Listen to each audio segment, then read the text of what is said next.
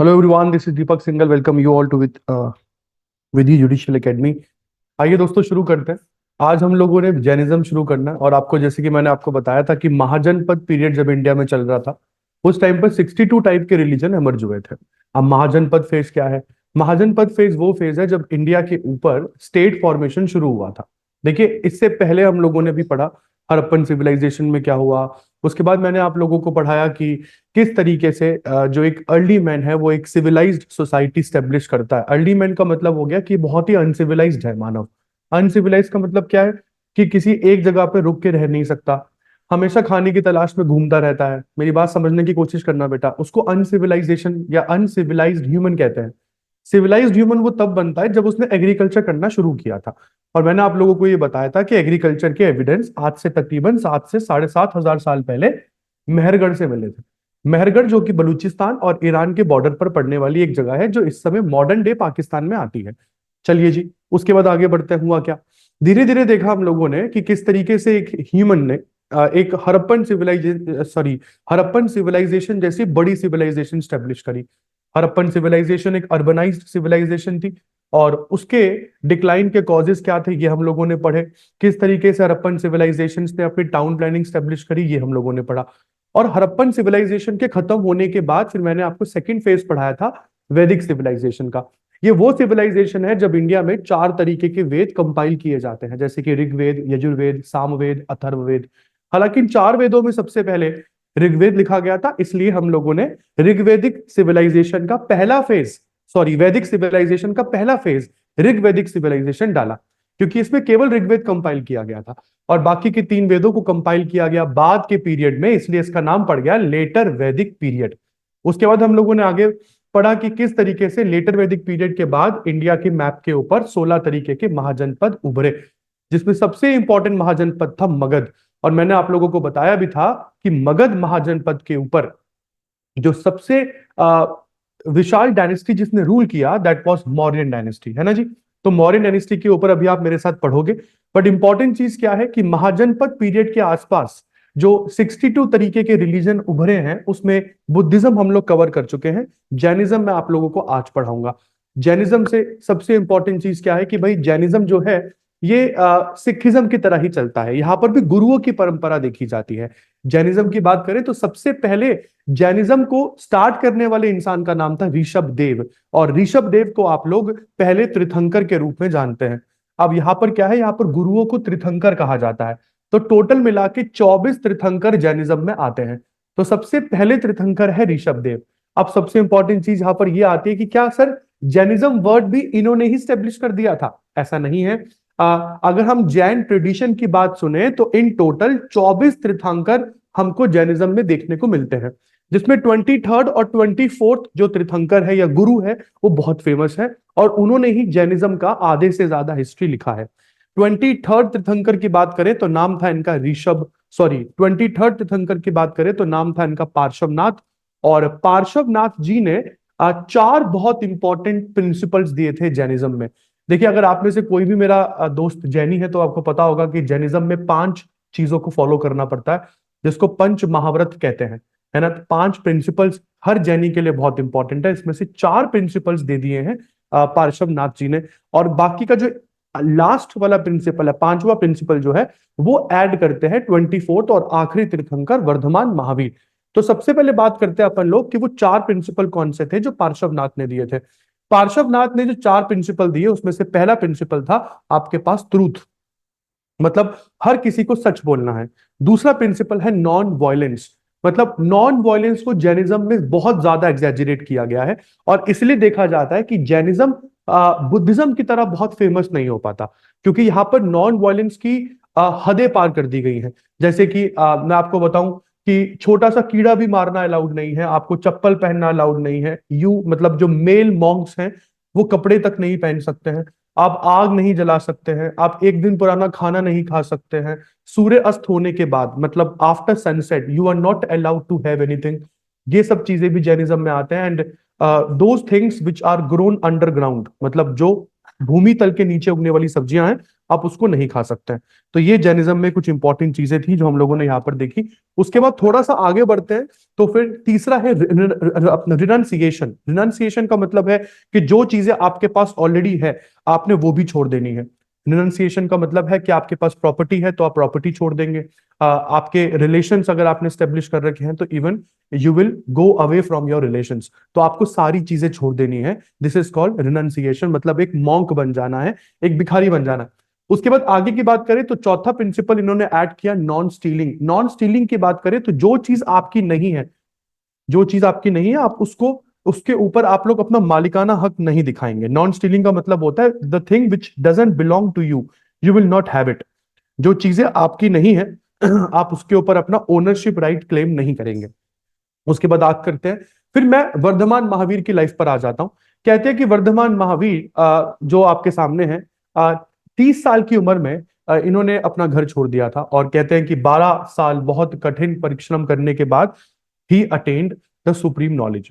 और जैनिज्म में supreme knowledge को कैवल्य कहा गया है। अगर हम जैनिज्म की बात करें तो इन जैनिज्म सुप्रीम नॉलेज, अगर हम सुप्रीम नॉलेज की बात करते हैं तो जैनिज्म में सुप्रीम नॉलेज को कैवल्य कहा गया है, जिसको आप लोग मोक्ष कहते हैं हिंदुइज्म में, निर्वाण कहते हैं बुद्धिज्म में। कैवल्य is the word use for supreme knowledge in Jainism. तो वर्धमान महावीर को कैवल्य की प्राप्ति होती है तकरीबन 12 साल के कठिन परिश्रम के बाद। और जब इनको कैवल्य की प्राप्ति हुई तब लोगों ने इनको जिन कहना शुरू किया। जिन का मतलब होता है पावरफुल इंसान, या फिर ये कह लीजिए मैजिकल इंसान। क्योंकि 12 साल के कठिन परिश्रम के बाद जो वर्धमान महावीर थे उन्होंने ये बोला था कि मैंने अपनी पांच सेंसेस के ऊपर कंट्रोल पा लिया है। 5 सेंसेस, देखो एक तो आपकी आंख हो गई, एक आपकी नाक हो गई, फिर आपकी जीभ, फोर्थ है आपकी स्किन, और पांचवा हो गया आपकी सुनने की शक्ति। तो दीज आर द 5 सेंसेस। और 5 सेंसेस के ऊपर कंट्रोल पाना आज भी किसी के बस की बात नहीं है। Like if you ask your eyes कि उस तरफ नहीं देखना, तो आपकी आंख आपको हर पॉसिबल रीजन देगी कि क्यों उस तरफ ही देखना है। तो इसलिए जिन इनको कहा जाता था। और यही से एक वर्ड निकलता है जैनी। जैनी का मतलब हो गया कि जिन के फॉलोअर्स अपने आप को जैनी बोलते थे, और इस पूरे के पूरे पैंथियन को हम लोगों ने नाम दिया जैनिज्म का। आगे की बात करते हैं, तो जब वर्धमान महावीर 30 साल की उम्र में अपना घर छोड़ते हैं, 12 साल के कठिन परिश्रम के बाद इनको जब सुप्रीम नॉलेज की प्राप्ति होती है, और जैसे कि मैंने आपको बताया था कि यहाँ पर सुप्रीम नॉलेज बुद्ध को भी किसी नदी के पास मिली थी, और यहाँ पर जैनिज्म में वर्धमान महावीर को भी सुप्रीम नॉलेज किसी रिवर साइड पर मिलती है। महात्मा बुद्ध में हमने जो रिवर थी वो पढ़ी थी Niranjana.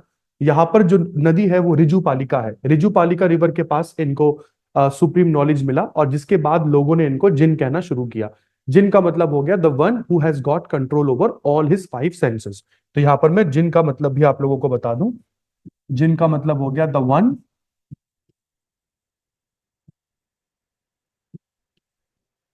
Who have got control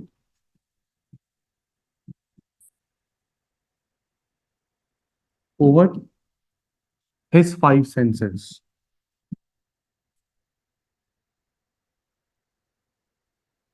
और इस तरीके से शुरुआत होती है जैनिज्म की। फिर आगे बढ़ते हैं, तो आपके पास यहाँ पे सबसे इंपॉर्टेंट चीज आ गया कि वर्धमान महावीर ने कौन सी पांचवी चीज ऐड करी। वर्धमान महावीर ने पांचवी चीज ऐड करी सेलिबेसी। सेलिबेसी का मतलब होता है शादी नहीं करनी है, मतलब ब्रह्मचार्य जीवन आप लोगों को व्यतीत करना है। और इस तरीके से टोटल मिला के ये 5 प्रिंसिपल्स कहलाते हैं पंच महाव्रत। पंच महाव्रत का मतलब हो गया कि हर एक जैनी को ये 5 चीजें फॉलो करनी ही करनी है। फिर आगे बात करते हैं वर्धमान महावीर की थोड़ी लाइफ के बारे में अपन लोग बात कर लेते हैं, जैसे कि इनके फादर, इनके मदर, और इनकी एक डॉटर भी थी, प्लस इनकी वाइफ भी है। तो एक बार इनकी फैमिली के बारे में बात कर लेते हैं, वो आप लोगों को लिखना पड़ेगा। हेडिंग डाल दीजिए जैनिज्म। चलिए जी। तो सबसे पहले तो बात करते हैं वर्धमान महावीर किस फैमिली से बिलोंग करते हैं। तो he was a Kshatriya. Kshatriya clan से बिलोंग करते हैं, और इनके क्लैन का नाम है लिच्छवी। जैसे कि आप लोगों ने मेरे साथ ये वाला पॉइंट बुद्धिज्म में भी पढ़ा था, जब मैंने आपको बताया था कि महात्मा बुद्ध भी एक क्षत्रिय थे, और उनके परिवार का नाम शाक्या था। तो ये भी एक क्षत्रिय है, and his family is Licchavi. Licchavi clan से बिलोंग करते हैं महावीर स्वामी। तो अगर आप लोगों से पूछा जाए कि दोनों के बीच में कुछ कॉमनैलिटी निकालिए, तो कॉमन चीज पहली तो यही हो गई कि वर्धमान महावीर और महात्मा बुद्ध दोनों ही क्षत्रिय थे। दूसरी इंपॉर्टेंट चीज, यहां पर इनके फादर का नाम लिख लीजिए। फादर है सिद्धार्थ और मदर का नाम है त्रिशला।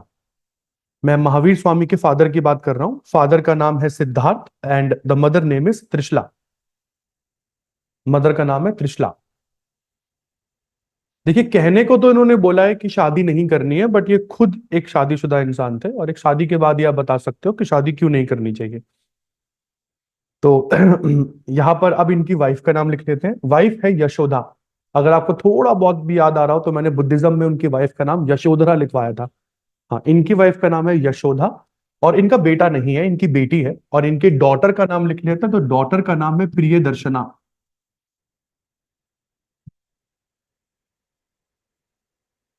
प्रिय दर्शना is the daughter of Mahavir, Vardhaman Mahavir. Priyadarshana इनकी डॉटर का नाम है। अब बात करते हैं कहां पर ये पैदा हुए थे। जैसे हमने बुद्धिज्म में पढ़ा था कि उनका जन्म लुम्बिनी में हुआ था और उनकी मृत्यु हुई थी कुशीनगर में, तो वैसे ही अब महावीर स्वामी की बात कर लेते हैं। तो where was he born? Born कहां पर हुए हैं? तो लिखे 540, 540 बीसी के आसपास। 540 बीसी के आसपास he was born in Kundagram. Kundagram आज के डेट में बिहार में वैशाली एक जगह है। ये यूपी वाला वैशाली, इंद्रापुरम नहीं। बिहार में जो वैशाली है उसके पास में एक छोटा सा ग्राम है कुंदग्राम, और कुंदग्राम में जन्म होता है, कुंदग्राम में जन्म होता है महावीर का। इन Kundagram he was born 540 BC. फिर आगे बात करते हैं वेयर ही डाइड, कहां पर ये इनका देहांत कहां पर हुआ था। तो ही डाइड इन 468 बीसी। 468 बीसी में इनका देहांत हुआ था, और वो भी बिहार के पावापुरी में। The place is Pawapuri and it is also in Bihar. Kundagram भी बिहार में है, और he was died he died in Bihar, Pawapuri. आगे की बात करते हैं जी। तो ये तो वर्धमान महावीर के बारे में कुछ इंपॉर्टेंट स्टैटिक्स हो गए। और इन्होंने ही पांचवा प्रिंसिपल ऐड किया था जिसको सेलिबेसी कहा जाता है। और सेलिबेसी का मतलब ब्रह्मचार्य जीवन हो गया, कि कोई शादी नहीं करेगा। और इस तरीके से जैन पैंथियम में, मतलब पूरे के पूरे जैनिज्म में आपके पास 5 प्रिंसिपल्स आ गए, और इन पांचों की पांचों प्रिंसिपल्स को पंच महाव्रत कहते हैं। एक बार पांचों को याद कर लेते हैं। पहला था ट्रूथ, फिर है नॉन वायलेंस, फिर है अपना रिनंसिएशन, फोर्थ है नॉन स्टीलिंग, और फिफ्थ प्रिंसिपल जो महावीर स्वामी ने ऐड किया दैट वाज सेलिबेसी। और अगर आप जैनिज्म का सिंबल देखेंगे तो आपको बीच में एक हाथ दिखेगा कुछ इस तरीके से। उस हाथ की 5 उंगलियां 5 प्रिंसिपल्स को सिग्निफाई करती हैं। ठीक है जी, अब आगे बढ़ते हैं। जैनिज्म के सिंबल को अगर आप बहुत ध्यान से देखें तो ऊपर आपको 3 डॉट्स भी दिखेंगे। 1 2 3, 3 डॉट्स दिखेंगे। एक सेमी सर्कल दिखेगा, सेमी सर्कल के नीचे आपको 3 डॉट दिखेंगे, और सेमी सर्कल के अंदर 1 डॉट। एक बार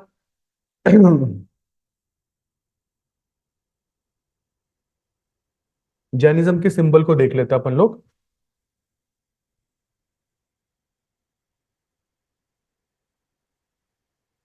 देखिए, मैं इस सिंबल की बात कर रहा हूं, और यहां पर हर एक चीज का एक मतलब है। This is the symbol of Jainism. अगर हम इस सिंबल को देखें तो अगर कोशिश कर सकते हो तो ये सिंबल प्लीज बना लो एक बार। इसमें जो हाथ आपको दिख रहा है, इस हाथ की 5 उंगलियां ये 5 प्रिंसिपल्स को सिग्निफाई करती है जो पार्श्वनाथ और महावीर ने मिलकर दिए थे। तो ये तो पंच महाव्रत हो गए। इसको अगर यहीं पर मैं थोड़ा बहुत अंडरलाइन करना चाहूं तो मैं आपको बता दूं, ये पांचों की पांचों उंगलियां आपके लिए पंच महाव्रत हो गए। पंच महाव्रत। और पंच महाव्रतास का मतलब हो गया 5 प्रिंसिपल्स। 5 प्रिंसिपल, जिसमें से 4 प्रिंसिपल पार्श्वनाथ ने दिए जो कि 23rd तीर्थंकर थे, और एक प्रिंसिपल ऐड किया महावीर स्वामी ने। फिर आप ऊपर स्वास्तिक देखोगे। स्वास्तिक में जो 4 डॉट्स आपको दिख रहे हैं, वो 4 डॉट्स 4 चीजों को सिग्निफाई करते हैं। पहला डॉट ह्यूमन है, दूसरा डॉट हेवन है, तीसरा डॉट हेल है, और चौथा डॉट एनिमल है। तो ये चारों डॉट्स को आप सीरीज वाइज बना लीजिए। पहला डॉट ह्यूमन है, दूसरा हेवन है, तीसरा डॉट है hell, and the fourth dot is animal. स्वास्तिक का सिंबल जो हिंदू रिलीजन में भगवान श्री गणेश का एक सिंबल माना जाता है, यहां पर ऐसा कुछ नहीं है। यहाँ पर स्वास्तिक का सिंबल आपकी लाइफ को सिग्निफाई करता है, कि अगर आप ह्यूमन है तो आपका मेजर सा पर्सपेक्टिव है हेवन में जाना, और अगर आप एनिमल है तो जाहिर सी बात है कि वो हेल में जाएगा। क्यों? क्योंकि दोनों में सोचने विचारने की शक्ति में बहुत फर्क आता है। Like human is the only being who can think, और एनिमल के साथ ऐसा कुछ है नहीं। उसके बाद आप ऊपर देखेंगे तो आपको 3 डॉट्स दिखेंगे। These 3 dots are the 3 jewels of Jainism. 3 jewels of Jainism, इन 3 डॉट्स को जैनिज्म के 3 ज्वेल कहा जाता है, जो कि हर जैनी में होना ही चाहिए। जो भी जैनिज्म को मानता है उसमें ये 3 चीजें दिखनी ही चाहिए। पहला है राइट फेथ, दूसरा है राइट कंडक्ट, और तीसरा है राइट नॉलेज। कहा जाता है ये 3 चीजें आपको इस संसार से, या कह लीजिए कि इस दुख भरे दुनिया से आपको मुक्ति दिलाएगी, या it will free your soul from all the sorrows आपकी। देखिए, हर एक रिलीजन का जो मेजर सा पर्सपेक्टिव क्या होता है कि बर्थ और रीबर्थ के साइकिल से आपको आजाद करना। बर्थ रीबर्थ के साइकिल से आजाद आप तभी हो सकते हैं जब आप अपनी लाइफ का एक प्राइम ऑब्जेक्टिव जान जाए कि वाई यू आर बॉर्न। इसलिए हर एक रिलीजन आपको एक कुछ कुछ कोर आइडियोलॉजी पढ़ाएगा। जैनिज्म की कोर आइडियोलॉजी इन तीनों की तीनों प्रिंसिपल्स में जुड़ी है, इसलिए यहां पर इनको 3 ज्वेल्स ऑफ जैनिज्म कहा गया है।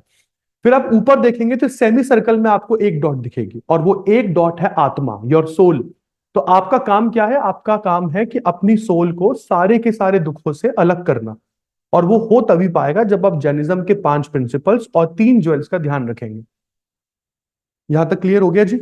और हाथों के बीचों बीच, जैसे कि मैंने बताया, ये नॉन वायलेंस को सिग्निफाई करता है, और जैनिज्म में नॉन वायलेंस ओवर एग्जैजरेटेड है।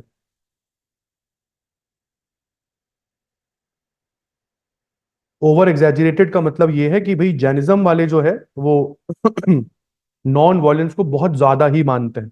इतना, जैसे मैंने बताया, आग जलाना अलाउड नहीं है, एग्रीकल्चर नहीं कर सकते हैं आप, उसके साथ साथ आप नंगे पैर आपको चलना है, कपड़े नहीं पहन सकते हैं। जो मॉन्क्स, जो अब क्या कहते हैं, जो अपना मेल मॉन्क्स हैं, उनके लिए ये बात है। प्लस रात, मतलब सन सेट होने के बाद खाना खाना अलाउड नहीं है। और अंडर द ग्राउंड जो सब्जियां उगती हैं, वो सब्जियां भी नहीं खा सकते हैं आप, जैसे पोटैटो नहीं खा सकते हैं आप। और ये सारी चीजें जैनिज्म में आपके पास आती हैं। उसके बाद आगे बढ़ते हैं। ये क्लियर हो गया जी? तो ये आप लोगों का पूरा की पूरा जैनिज्म का सिंबल है। उसके बाद जैनिज्म की मोटो लाइन क्या है? मोटो लाइन लिख लीजिए, mutual assistance of all the beings. Jainism की मोटो लाइन की बात करते हैं तो वो है mutual assistance of all beings. ये जैनिज्म की मोटो लाइन है। इस पे ऊपर कोई भी क्वेश्चन आ सकता है। जैनिज्म बुद्धिज्म दो बहुत इंपॉर्टेंट टॉपिक होते हैं हर एग्जामिनेशन के।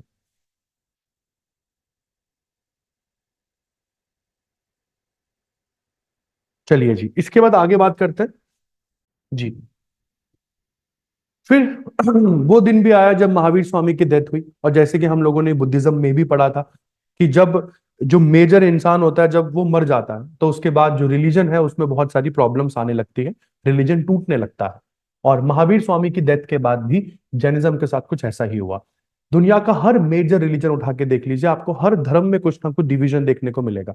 अगर मैं क्रिश्चियनिटी की बात करता हूँ तो क्रिश्चियनिटी में आपके पास कैथोलिक, प्रोटेस्टेंट्स आ जाते हैं। अगर आप बात करते हैं मुस्लिम्स की, तो यहाँ पे शिया और सुन्नी आ जाते हैं। अगर आप हिंदुओं की बात करते हैं तो अपन तो वैसे ही बहुत ज्यादा धर्मों में बटे हुए हैं। हमारे पास जो मेजर 2 धर्म है, हिंदुइज्म की बात करते हैं तो एक में अपन लोग अपने आप को विष्णु का सपोर्टर मानते हैं, और दूसरे में भगवान शिव के समर्थक बन जाते हैं। तो ये शैविज्म और विष्णुइज्म जो है, ये भी हिंदुइज्म की 2 मेजर डिवीजन देखने को मिलती है। उसके बाद थोड़ा आगे बढ़े तो आपके पास बच जाता है कौन सा रिलीजन? सिखिज्म। अगर हम सिखिज्म की बात करें तो सिखिज्म इनफैक्ट ये रिलीजन भी बटा हुआ है, क्योंकि यहाँ पर कुछ लोग अमृत पान करते हैं, कुछ पग बांधते हैं, कुछ नहीं बांधते हैं। तो यहाँ पर भी बहुत इंपॉर्टेंट एक डिफरेंशिएशन देखा जाता है। उसके बाद अगर रिलीजन की बात करें तो जैनिज्म और बुद्धिज्म मिलता है, जिसमें हम बुद्धिज्म पढ़ चुके हैं। मैं महायान और हीनयान आपको पढ़ा चुका हूं, जिसमें 2 मेजर सेक्शंस में बुद्धिज्म डिवाइड हो गया था। अब जैनिज्म के डिवीजन के पीछे एक बहुत इंपॉर्टेंट रीजन मुझे समझ में आता है कि मॉन्क्स को कपड़ा पहनना अलाउड नहीं है। जैसे कि आप देखो, और ये सब चीजें ना फॉलो करना हर किसी के बस की बात भी नहीं है। मैं आपको बोलूं आज आप कपड़े पहन के क्लास में नहीं आएंगे, तो यार पहली बात तो विधि जुडिशियल एकेडमी कोई कोई ज्वाइन ही क्यों करेगा? क्योंकि ये तो बहुत ही वाहियात बात होगी ना।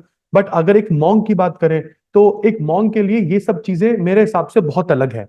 मतलब उसको ना ये सब चीजों से कोई लगाव नहीं होना चाहिए, ऐसा बुद्धिस्ट, सॉरी, ऐसा जैनिज्म में महावीर स्वामी कहते हैं।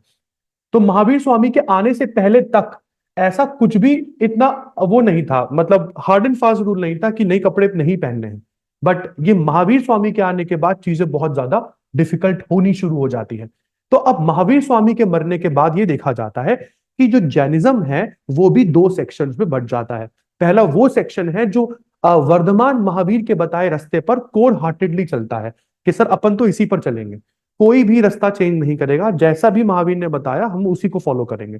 और दूसरे सेक्शन में वो लोग आ जाते हैं जिन्होंने ये बोला कि ठीक है महावीर स्वामी के प्रिंसिपल्स अच्छे हैं, अपन फॉलो तो कर लेंगे, बट ये कपड़ा ना पहनने वाली जो बात है ना, इसको थोड़ा चेंज कर लेते हैं। व्हाइट कपड़े अलाउड है, सफेद कपड़े हम लोग पहनेंगे, बस सफेद कपड़े, रंग बिरंगे कपड़े यहाँ पर पहनना वो भी अलाउड नहीं है, केवल सफेद कपड़े पहनेंगे। और यहाँ पर कपड़े पहनने की वजह से ही जैनिज्म जो है ये दो सेक्शंस में बढ़ जाता है।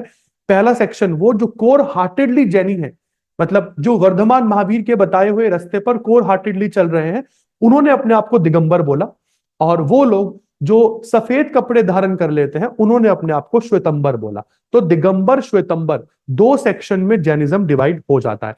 उसके बाद बात करते हैं कि क्या जैनिज्म बर्थ, रीबर्थ और कर्म की थ्योरी में बिलीव करता है। तो मैंने आपको बताया दुनिया का हर रिलीजन दो थ्योरीज में जरूर बिलीव करता है कि आपका कर्म ही डिसाइड करेगा कि आपको इस धरती पर दोबारा जन्म लेना है या नहीं लेना है। और आपका प्राइम ऑब्जेक्टिव होना चाहिए कि अपनी सोल को बर्थ और रीबर्थ के साइकिल से अलग कर लिया जाए। तो जैनिज्म में भी ये दोनों चीजों पर विश्वास रखा है। बर्थ की थ्योरी पर जैनिज्म, सॉरी, रीबर्थ की थ्योरी पर जैनिज्म बिलीव करता है, और रीबर्थ की थ्योरी को जैनिज्म ने कर्म की थ्योरी से जोड़ा है। तो Jainism believes in rebirth and karmism. फिर आगे बात करते हैं, जैसे कि मैंने आपको बताया था 3 एलिमेंट्स जो आप लोगों ने अपनी अपनी कॉपीज में ड्रॉ कर लिए हैं, ये 3 ज्वेल है जैनिज्म के। उसके बाद एक बहुत इंपॉर्टेंट चीज है कि क्या जैनिज्म गॉड को मानता है। देखो यार, कभी गॉड की इन्होंने अवहेलना तो नहीं करी है, मतलब ऐसा बोलना तो मुश्किल होगा और बहुत गलत होगा कि इन्होंने भगवान की बेइज्जती करी हो या भगवान के लिए कुछ बुरा बुरा कहा हो, ऐसा कभी नहीं हुआ। बट हाँ, जैनिज्म की बात करें तो जैनिज्म वाले जो हैं, इनके लिए गॉड बस इतना ही एग्जिस्ट करता है जितना आप लोगों को बनाने के लिए। ये बोलते हैं कि बस भगवान ने आप लोगों को बना दिया है, उसके बाद आप क्या करते हैं अपनी लाइफ में that is up to you, इसमें गॉड का कोई लेना देना नहीं है। तो गॉड केवल आपको जन्म देने तक सीमित है। God is not the creator of your destiny, ऐसा जैनिज्म में कहा जाता है। इसलिए जैनिज्म एक बहुत इंपॉर्टेंट लाइन को बिलीव करता है और फॉलो करता है कि god is not recognised in Jainism. जैसे कि हम लोग हर धर्म में देखते हैं ना कि भगवान की पूजा पाठ अर्चना करने से सारी चीजें होती हैं, जैनिज्म में गॉड रिकॉग्नाइज नहीं है। ये वर्धमान महावीर खुद बोलते हैं कि भगवान का काम केवल आप लोगों को बनाने तक का था, उसके बाद की जिंदगी में आप क्या करते हैं that is up to you. इतना क्लियर हुआ जी। अब सबसे इंपॉर्टेंट चीज जो हम लोगों ने बुद्धिज्म में भी पढ़ी, काउंसिल्स के बारे में आपको बताया था मैंने। बुद्धिज्म में 4 काउंसिल्स होती हैं और हर एक काउंसिल किसी ना किसी राजा के टाइम पर होती है, और हर काउंसिल में कुछ ना कुछ इंपॉर्टेंट स्टेप्स लिए जाते हैं। काउंसिल कब होती है? जब कोई इंपॉर्टेंट प्रीचर मर जाए, उसके बाद उस धर्म के साथ क्या होना चाहिए, रिलीजन के साथ क्या आगे इन फ्यूचर हम करेंगे, उसको डिसाइड करने के लिए काउंसिल्स की जाती हैं। तो अगर हम जैनिज्म की बात करें तो जैनिज्म में भी 3 काउंसिल्स आप लोगों को मेरे साथ लिखनी है। वर्धमान महावीर के मरने के बाद ये तीनों काउंसिल्स आप लोगों के सामने आती हैं। आइए एक बार जैनिज्म में काउंसिल्स के बारे में लिख लेते हैं।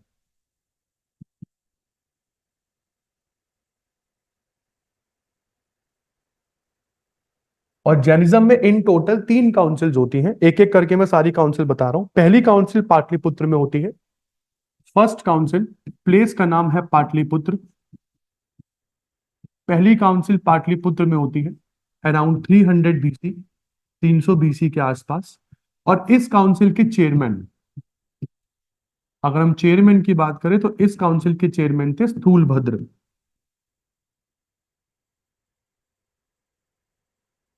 स्थूलभद्र कौन है? एक पंडित है जैनिज्म के, या एक सन्यासी मान लीजिए, जैन मॉन्क मान लीजिए, स्थूलभद्र। और कहा जाता है पहली ही काउंसिल में जैनिज्म जो है वो 2 सेक्शंस में डिवाइड हो जाता है, दिगंबर श्वेतंबर पहली ही काउंसिल में अलग हो जाते हैं। सेकंड काउंसिल की बात करते हैं।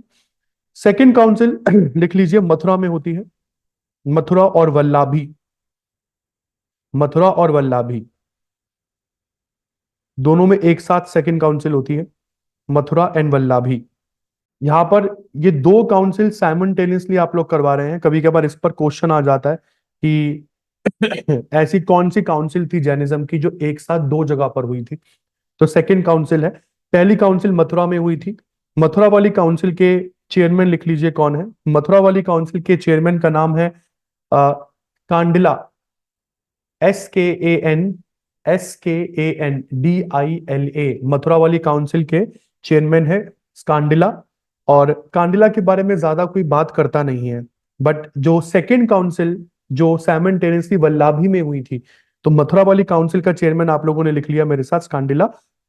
और उसी समय सेकंड काउंसिल वल्लाभी में भी हुई थी। वल्लाभी की स्पेलिंग VALLABHI, VALLABHI, वल्लाभी गुजरात में है।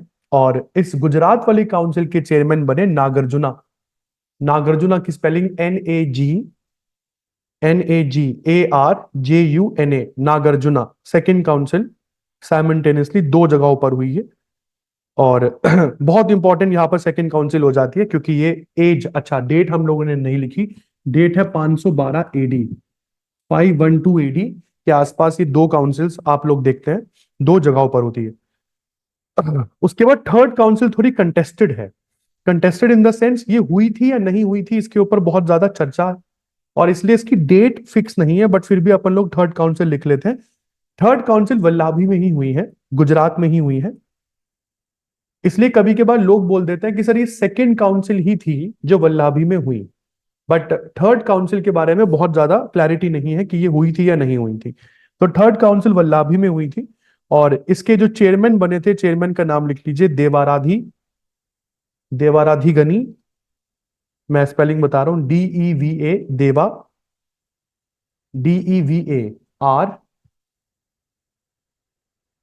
सेकेंड काउंसिल बेटा साइमल्टेनियसली दो जगहों पर हुई थी बेटे, पहली है मथुरा, दूसरी है वल्लाभी। मथुरा है उत्तर प्रदेश वरुण, और वल्लाभी आ गया गुजरात में। मथुरा वाली काउंसिल को प्रिसाइड किया था स्कैंडिला ने, SKANDILA, और वल्लाभी वाली काउंसिल को प्रिसाइड किया था नागार्जुना ने। 512 AD के आसपास ये काउंसिल हुई थी। उसके बाद मैं थर्ड काउंसिल पे आ रहा हूं। थर्ड काउंसिल भी वल्लाभी में ही हुई है, वल्लाभी गुजरात में हुई है, और इसकी डेट बहुत ज्यादा क्लियर नहीं है। बट जिस इंसान ने थर्ड काउंसिल की चेयरमैनशिप संभाली थी उसका नाम लिख लीजिए, देव, DEV, देव अरधी, ARDDHI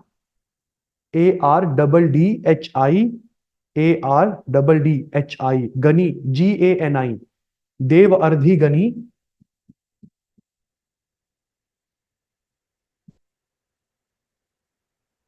देवर्धी गनी, ये इनका नाम है। और इनकी कास्ट लिख लीजिए, क्षमा शर्मना, क्षमा शर्मना।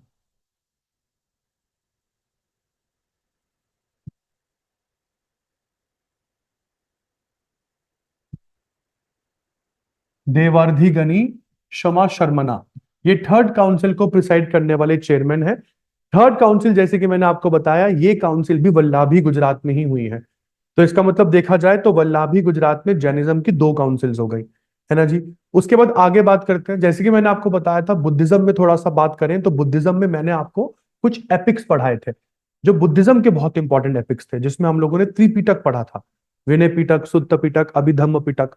उसी तरीके से अगर हम जैनिज्म की बात करते हैं, तो जैनिज्म के एपिक्स को क्या लिखा जाता है, जैनिज्म के एपिक्स को बोलते हैं 12 अंगास, 12 उपंगास, 12 अंगास एंड 12 उपंगास। तो 12 Angas and 12 Upangas are the epics of Jainism. ये वो किताबें हैं जैनिज्म की जिसको बहुत पायस माना जाता है, बहुत पवित्र माना जाता है। 12 अंग और 12 उपंग, तो जाहिर सी बात है ये आपका टोटल मिला के जैनिज्म का इंपॉर्टेंट चीज होगी, जहां से क्वेश्चंस आप लोगों के लिए आते हैं।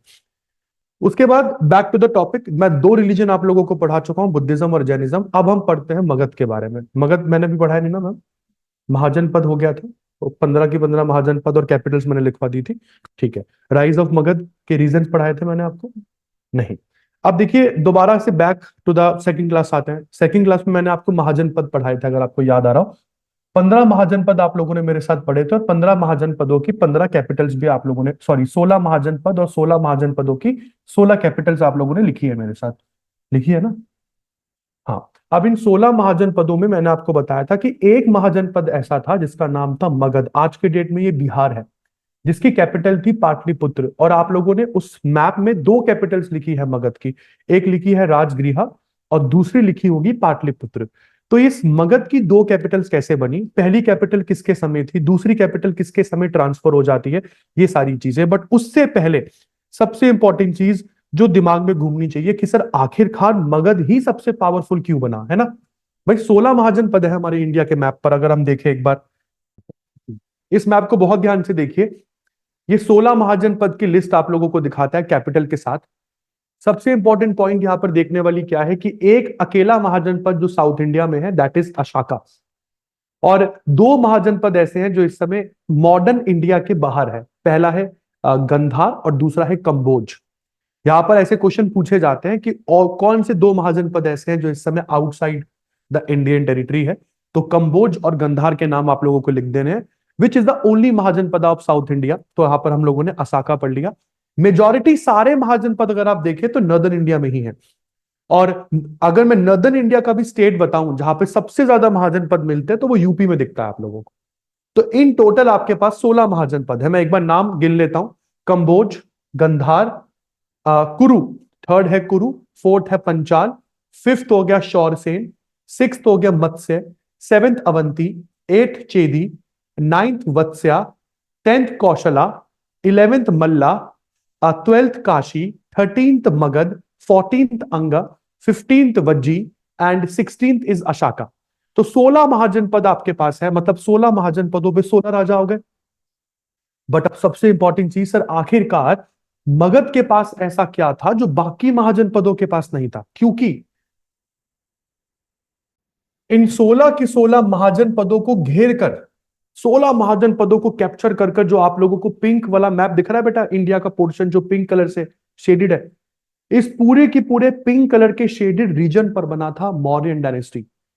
और वो मगध से ही बनी थी। मगध जिसकी कैपिटल पाटलिपुत्र थी। तो अब एक जायज सा क्वेश्चन दिमाग में बनेगा यार कि 16 महाजनपदों को अपने कंट्रोल में करने वाला ये मगध आखिरकार मगध ही क्यों कर पाया? भाई जितना मगध इंपॉर्टेंट था उतना ही इंपॉर्टेंट अवंती भी था। तो अवंती क्यों नहीं कर पाया ये? या फिर और कोई महाजनपद क्यों नहीं आता है? तो आइए बात करते हैं सबसे पहले what are the reasons for the rise of Magadh. तो लिख दीजिए heading, reasons for the rise of Magadh. Reasons for the rise of Magadh.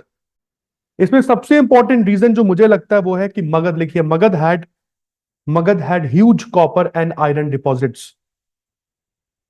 Magadh had huge copper and iron deposits. अगर मैं मगध की बात करूं तो मगध जिस जगह पर है वहां पर कॉपर और आयरन के बहुत भंडार थे।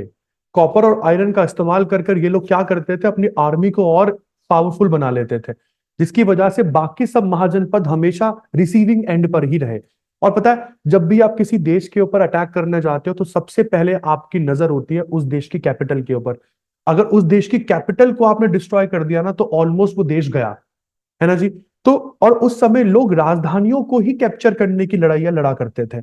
अगर हम मगध की कैपिटल पर थोड़ा सा जोर डालें तो ये कैपिटल है मगध की, जिसका नाम है पाटलिपुत्र।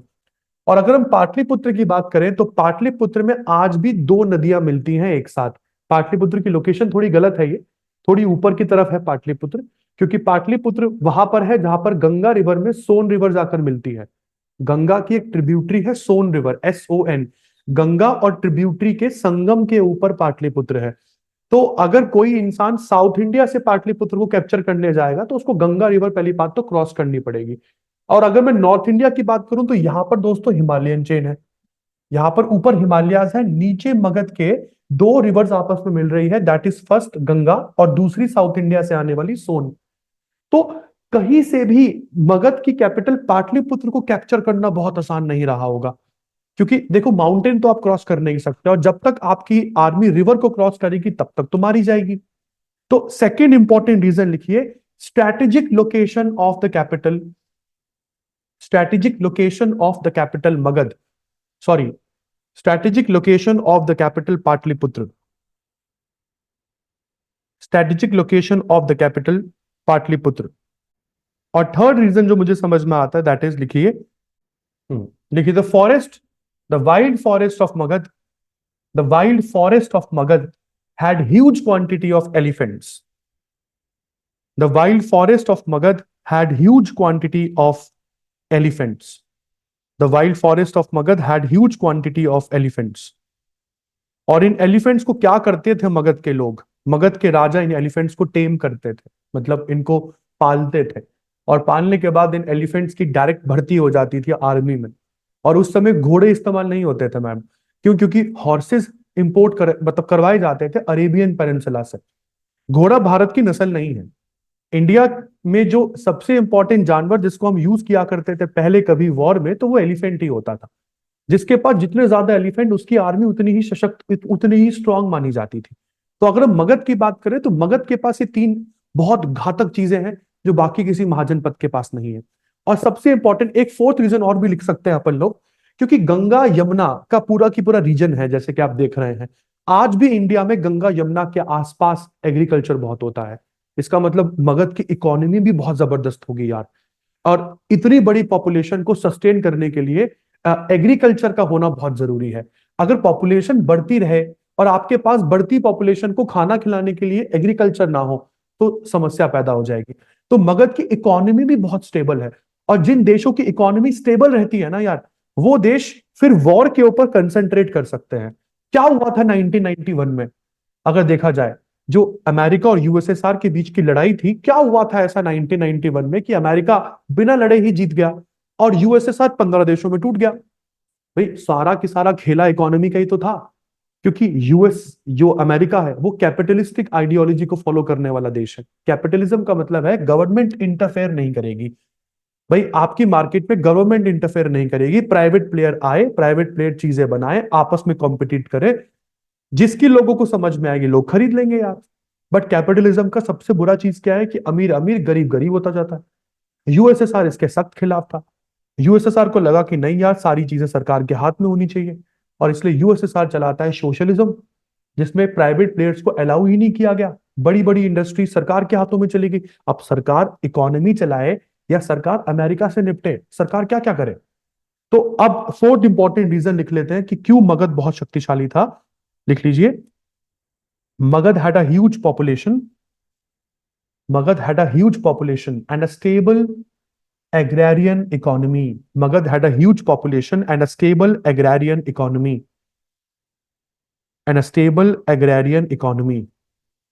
इतनी बड़ी जनसंख्या और इतनी स्टेबल एग्रीकल्चर, इनकी एग्रेरियन इकोनॉमी की मजा ही आ गया।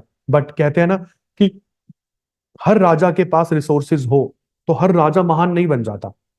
मतलब अगर आज मैं, देखो मटेरियल तो सभी के पास है ना, आप लोगों के पास शायद जो मैं लिखवा रहा हूं इससे बेहतर मटेरियल होगा।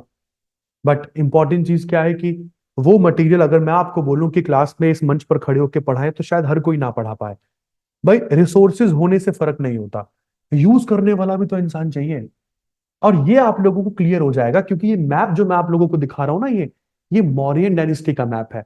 जो चंद्रगुप्त मौर्य, अशोक, बिंदुसार, चाणक्य इसी डायनेस्टी से जुड़े हुए हैं। अखंड भारत, जो आज हमने पार्लियामेंट की एक दीवार पर बनाया है ना, अखंड भारत का मैप, पार्लियामेंट की वॉल पर, जो हमारी जो न्यू पार्लियामेंट बनी है, न्यू पार्लियामेंट की वॉल पर जो अखंड भारत का मैप बना हुआ है, दैट अखंड Bharat is nothing but the Mauryan dynasties Bharat. वो भारत जो मौर्यन डायनेस्टी के टाइम पर बना था, उसका मैप है उस पर। अब सबसे इंपॉर्टेंट चीज क्या है कि क्या मगध पर रूल करने वाली मौर्यन डायनेस्टी ही एकमात्र थी? क्या मौर्यन डायनेस्टी से पहले मगध के ऊपर किसी डायनेस्टी ने रूल नहीं किया था? तो आपको बता दूं यार, मगध पर तीन डायनेस्टीज रूल करती है एक के बाद एक, और मौर्यन डायनेस्टी तो सबसे लास्ट में आती है। तभी मैं बोलता हूं सबसे पहली डायनेस्टी थी हर्यक डायनेस्टी।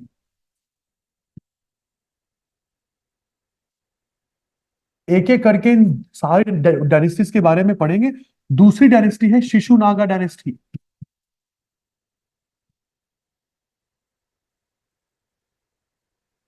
तीसरी डायनेस्टी है नंदा डायनेस्टी, जिसका आपने सुना होगा, धनानंद। नंदा डायनेस्टी के आखिरी राजा धनानंद, जिसको चंद्रगुप्त मौर्य ने हरा दिया था। नंदा डायनेस्टी। और चौथा है मौर्यन डायनेस्टी। तो मतलब एक इंपॉर्टेंट चीज देखने वाली है कि सर रिसोर्सेस तो इन तीनों के पास भी उतने ही थे ना जितने मौर्यन के पास थे। बट क्या इन तीनों ने मिलकर उतना बड़ा भारत कंट्रोल कर पाया जितना बड़ा भारत मौर्यन या चंद्रगुप्त मौर्य या उनके बेटे अशोक के समय पर था? तो ये बात मैं हमेशा बोलता हूं कि रिसोर्सेज होने से फर्क नहीं पड़ता, फर्क पड़ता है कि how you are using them. है ना जी? तो आइए बात करते हैं, एक मस्त टॉपिक डाल दीजिए, dynasties that ruled over Magadh.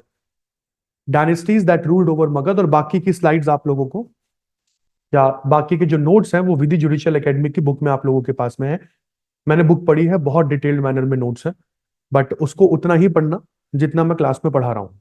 बहुत ज्यादा डिटेल में जाओगे तो जीएस में खो जाओगे, क्योंकि पहली बात तो बहुत डिटेल्ड क्वेश्चंस आप लोगों के नहीं पूछे जा रहे हैं।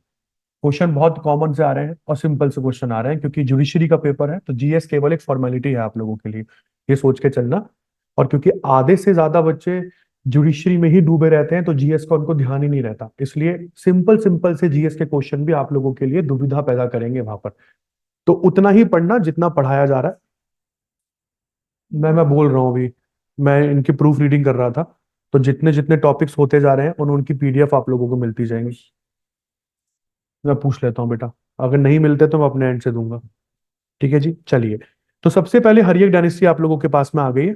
हरियक डायनेस्टी हेडिंग डाल दीजिए। सबसे पहले बात करते हैं इस डायनेस्टी के फाउंडर कौन है, क्योंकि कई बार क्वेश्चन आता है कि चंद्रगुप्त मौर्य के बेटे कौन थे, बिंदुसार थे या बिंबिसार थे, क्योंकि दो राजा थे, बिंदुसार और बिंबिसार। अब इसको याद करने की ट्रिक भी बताऊंगा। चलिए, सबसे पहले तो हरियक डायनेस्टी की बात करते हैं। इस डायनेस्टी के फाउंडर है बिंबिसार, राजा बिंबिसार।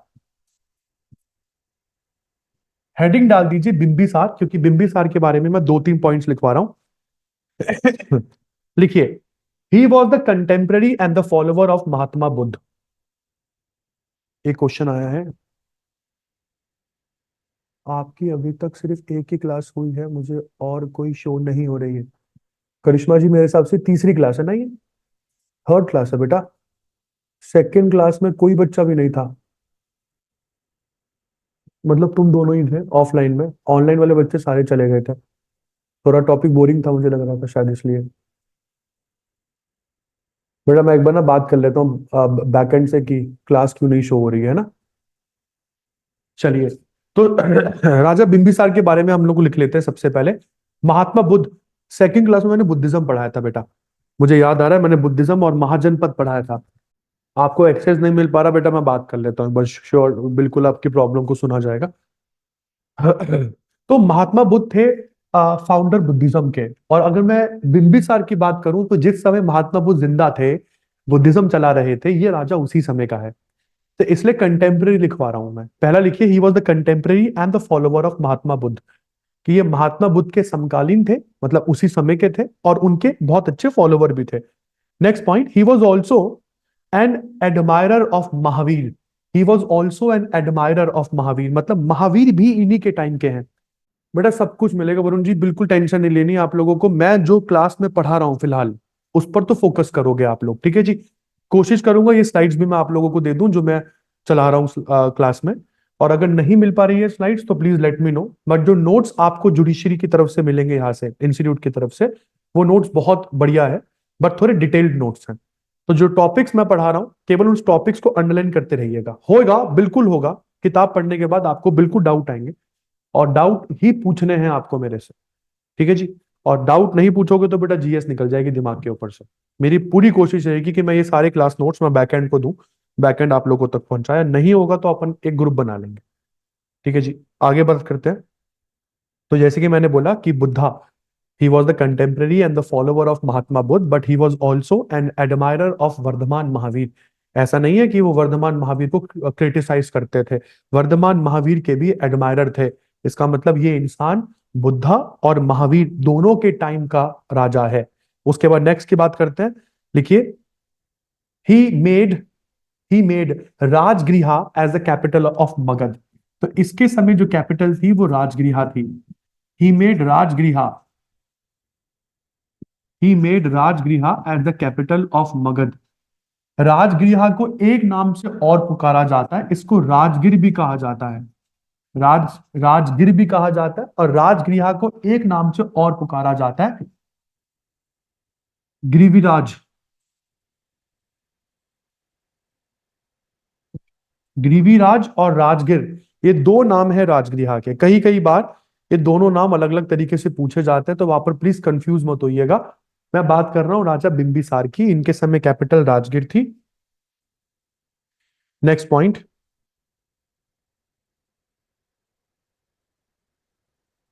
दिस किंग, देखिए this king had 3 wives. This king had 3 wives.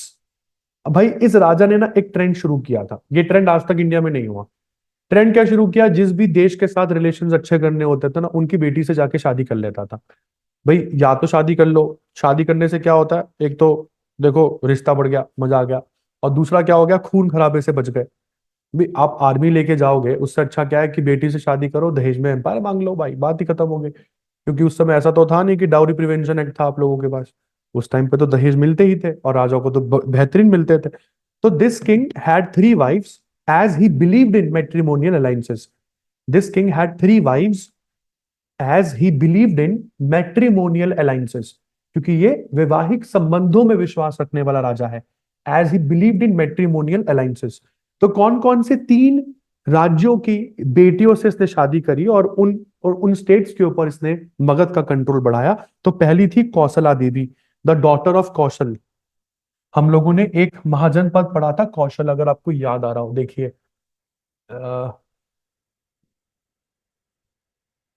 देखिए ये रहा कौशल, आपको मल्ल के जस्ट ऊपर कौशला दिख जाएगा। तो डॉटर ऑफ दिस कौशल, तो पहला है Kosala Devi. The first is Kosala Devi, Kosala Devi, daughter of Kaushala.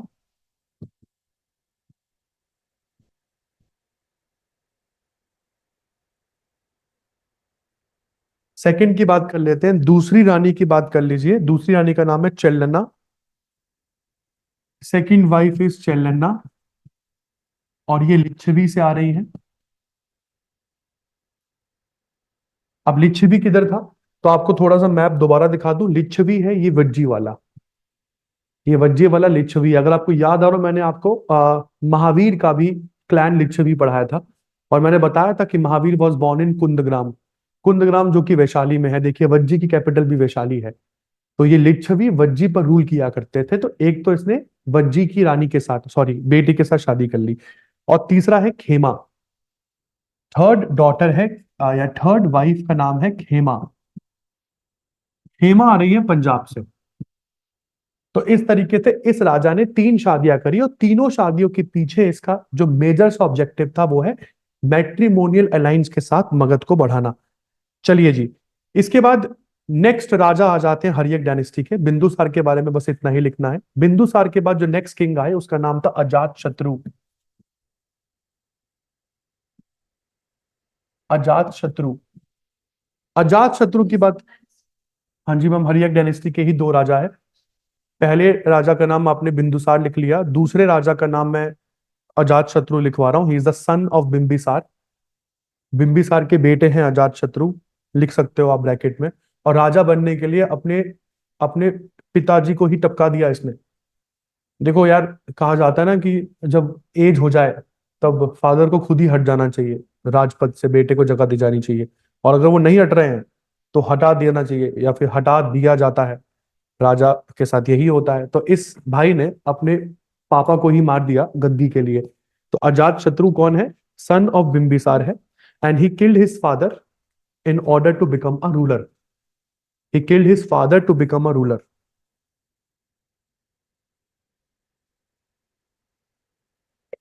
अगर आपको पिछली क्लास थोड़ी बहुत याद आ रही हो, तो मैंने बुद्धिस्ट काउंसिल में पहली बुद्धिस्ट काउंसिल लिखवाई थी, याद आ रहा है? वो आए हो ना, अपने लेकर आए हो नोट्स? कोई दिक्कत नहीं। तो अगर आप उसमें पहली बुद्धिस्ट काउंसिल देखोगे, तो पहली बुद्धिस्ट काउंसिल जिस राजा ने करवाई थी, उस राजा का नाम अजात शत्रु ही था। तो इसके बारे में एक पॉइंट मैं दोबारा लिखवा दे रहा हूं, वैसे नोट्स में गिवन है, तो लिख लीजिए। During his time period the first Buddhist council was conducted. During his time period the first Buddhist council was conducted. During his time period the first Buddhist council was conducted. The first Buddhist council was conducted. Next point. उसके बाद आपके पास आ जाते हैं third ruler. अजात शत्रु के बाद जो थर्ड रूलर आ रहे हैं इंपॉर्टेंट, उनका नाम है उदायन। अजात शत्रु के बाद जो थर्ड इंपॉर्टेंट रूलर है, दैट इज उदायन। उदयन को उदय भद्र के नाम से भी जाना जाता है, कई कई किताबों में उदयन की जगह पर उदय भद्र भी लिखा हुआ है।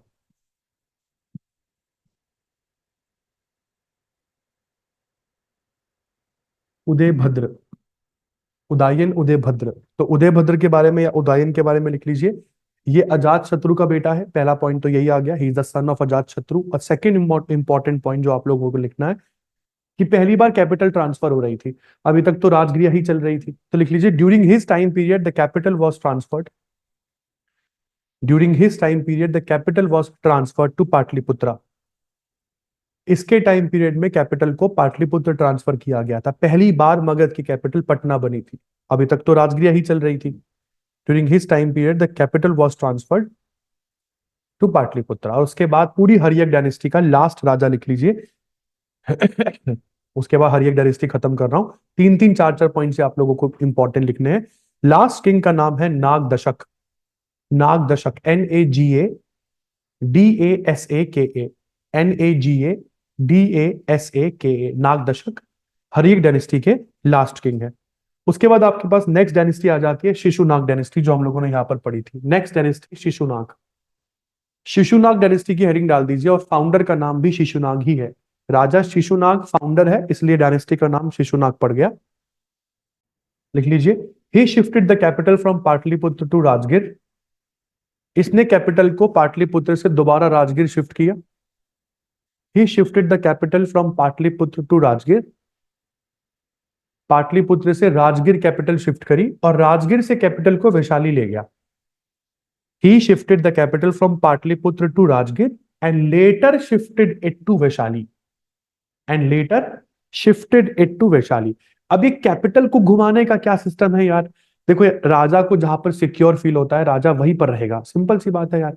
तो हर राजा कभी ना कभी कैपिटल को ट्रांसफर करता ही है। वो बात अलग है कि मगध के राजाओं ने बहुत बार कैपिटल को ट्रांसफर किया है। एक बार मगध में अब पाटलिपुत्र कैपिटल फाइनल हो गई, उसके बाद तो मगध चला जाए, वो गुप्ता डायनेस्टी आ जाए, हर डायनेस्टी के टाइम पीरियड में कैपिटल पाटलिपुत्र ही रहती है। तो पाटलिपुत्र काफी लंबे समय तक इंडिया की कैपिटल रही, और आज की कैपिटल दिल्ली है हम लोगों की। आपको यह भी पढ़ाऊंगा मैं किस तरीके से पाटलिपुत्र से कैपिटल धीरे धीरे ईस्ट की तरफ, सॉरी वेस्ट की तरफ मर्ज होती चली गई। पहले पाटलिपुत्र कैपिटल बनी, फिर पाटलिपुत्र के थोड़ा और वेस्ट में गए तो कन्नौज बना दिया आपने कैपिटल, कन्नौज के वेस्ट में गए तो फिर दिल्ली आ गई, और दिल्ली से पहले भी आगरा कैपिटल रहती है। भाई यूपी में एक और जगह है आगरा, आगरा के बाद दिल्ली बनती है। तो इस तरीके से अगर आप देखें तो दिल्ली में या दिल्ली की राजधानी का अगर आप हिस्ट्री पढ़े तो पाटलिपुत्र से एक एक करके कैपिटल वेस्ट की तरफ शिफ्ट होती गई। हर डायनेस्टी के टाइम पर कैपिटल शिफ्ट हुई है, इन लोगों ने कुछ ज्यादा ही शिफ्ट कर ली। खैर, शिशुनाग की बात करते हैं तो लिखते हैं शिशुनाग के बारे में एक पॉइंट, जैसे कि मैंने आपको बताया कि he shifted the capital from Pataliputra to Rajgir and later shifted it to Vaishali, later shifted it to Vaishali. कहा जाता है कि मगध और अवंती के बीच में काफी सालों की शत्रुता है। भाई अवंती भी उतना ही पावरफुल था जितना मगध था, जैसे कि मैंने आपको पहले भी बताया था। बट यहां पर सबसे इंपॉर्टेंट चीज जो देखने वाली है कि मगध और अवंती के बीच की जो राइवलरी है वो राजा शिशुनाग के समय खत्म हो जाती है। अवंती को ये पूरा पूरा कैप्चर कर लेता है मगध के अंडर। तो लिख लीजिए, ड्यूरिंग दिस किंग या during his tenure, during his tenure the 100-year-old rivalry, the 100-year-old, during this king, the 100-year-old rivalry between Magad and Avanti, the 100-year-old rivalry between Magad and Avanti was brought to an end. The 100-year-old rivalry between Magad and Avanti was brought to an end, and Avanti became a part, and Avanti became a part of Magad. तो इसने अवंती को पूरी तरीके से मगध का हिस्सा बना लिया।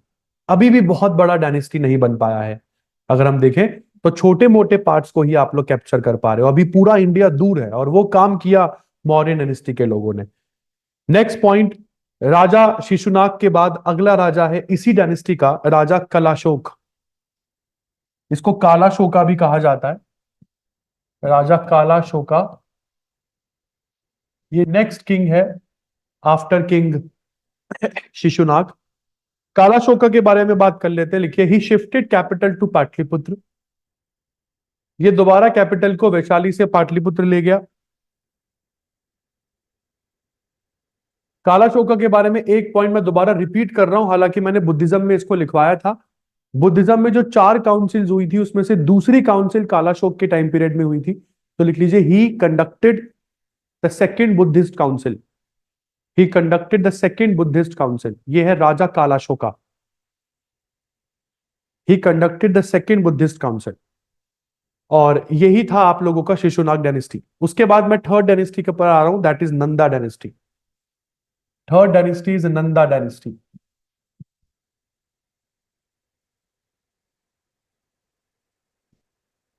नंदा डायनेस्टी के फाउंडर के बारे में बात कर लेते हैं। अच्छा, एक बहुत इंपॉर्टेंट चीज, कालाशोक ने जो कैपिटल ट्रांसफर करी पाटलिपुत्र, उसके बाद कैपिटल ट्रांसफर नहीं हो रही है।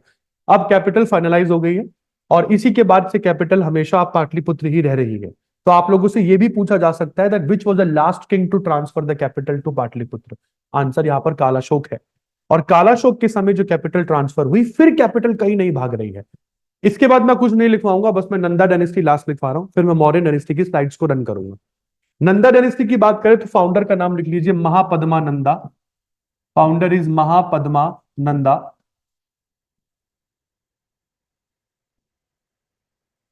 और महापद्मा नंदा के बारे में कुछ इंपॉर्टेंट चीज बता रहा हूं। जैसे सबसे इंपॉर्टेंट चीज मैं आपको बता दूं अभी नंदा डायनेस्टी के बारे में ही। अभी तक जितनी डायनेस्टीज आप लोगों ने पढ़ी है, जैसे कि हर्यक डायनेस्टी, शिशुनाग डायनेस्टी, सारी डायनेस्टी क्षत्रियों ने स्टेब्लिश करी है। क्षत्रिय मतलब जैसे कि हम लोगों ने वर्ण सिस्टम पढ़ा था ना, मैंने ब्राह्मण, क्षत्रिय, वैश्य, शूद्र पढ़ाया था और बताया भी था कि हर वर्ण के साथ उसका काम भी डिसाइडेड था। ब्राह्मण है तो टीचर बनेगा, क्षत्रिय है तो सोल्जर नहीं तो किंग बनेगा, वैश्य है तो बिजनेसमैन बनेगा, पैसा कमाएगा, टैक्स पे करेगा, और शूद्र है तो सर्विस क्लास में जाएगा, है ना जी। बट यहां पर देखा जाता है पहली बार कि यार मन तो सबका करता है ना राजा बनने का, बट नंदा डायनेस्टी के लोग ब्राह्मण हैं। अगर हम देखें तो ये टीचर्स होने चाहिए जो राजा बन के बैठ गए हैं। तो इसलिए कभी कभार क्वेश्चन आता है that which is the first non Brahmin dynasty, sorry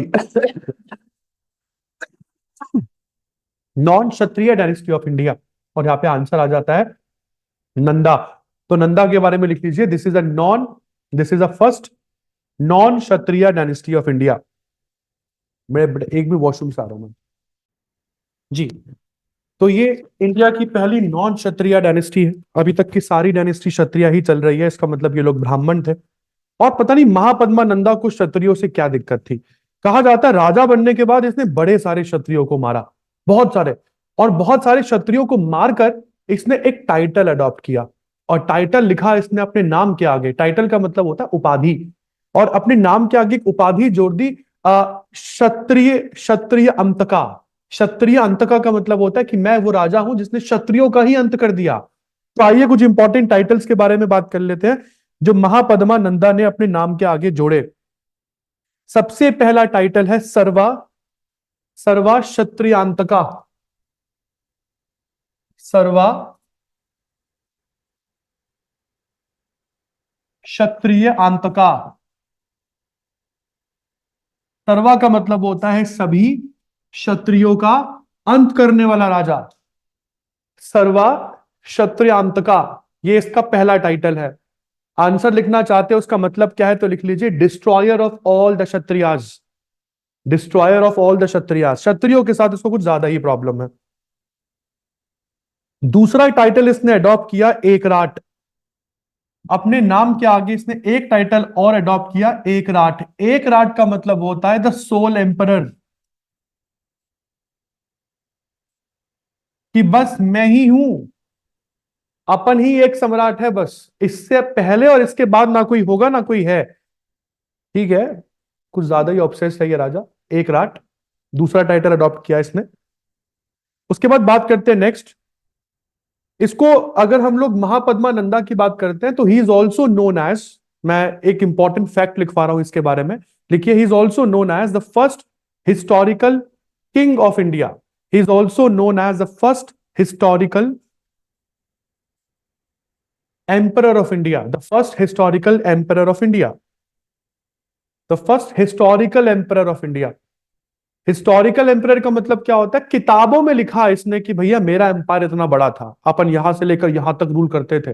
but जब हम लोग असल में एविडेंस ढूंढने उतरे ना, तो पता लगा कि भाई साहब बातें तो ये हाथी जैसी कर रहा था, निकला ये चूहा भी नहीं। तो इसलिए इसको फर्स्ट एम्परर ऑफ इंडिया तो बोलते हैं। बट अगर आपसे पूछा जाए who is in real terms, भाई असल में भारत का पहला राजा कौन था? भारत का पहला राजा मतलब क्या हो गया कि वो किसी एक एरिया का राजा नहीं है भाई, उसने ऑलमोस्ट कंप्लीट इंडिया कैप्चर कर रखा है। और इंडिया का पहला राजा अगर आपसे पूछा जाए तो that is Chandragupta Maurya.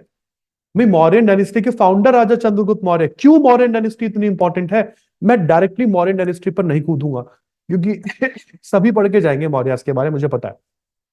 Mauryan dynasty से पहले क्या हुआ, ये एक मैटर ऑफ कंसर्न है, सभी एग्जामिनेशन उस पर ज्यादा फोकस करती है। तो महापद्मानंदा के बारे में बस इतना ही। कहा जाता है कि इसके 7-8 बेटे थे, उसमें से सबसे जो लास्ट वाला बेटा था धनानंद, वो बना था नंदा डायनेस्टी का लास्ट राजा।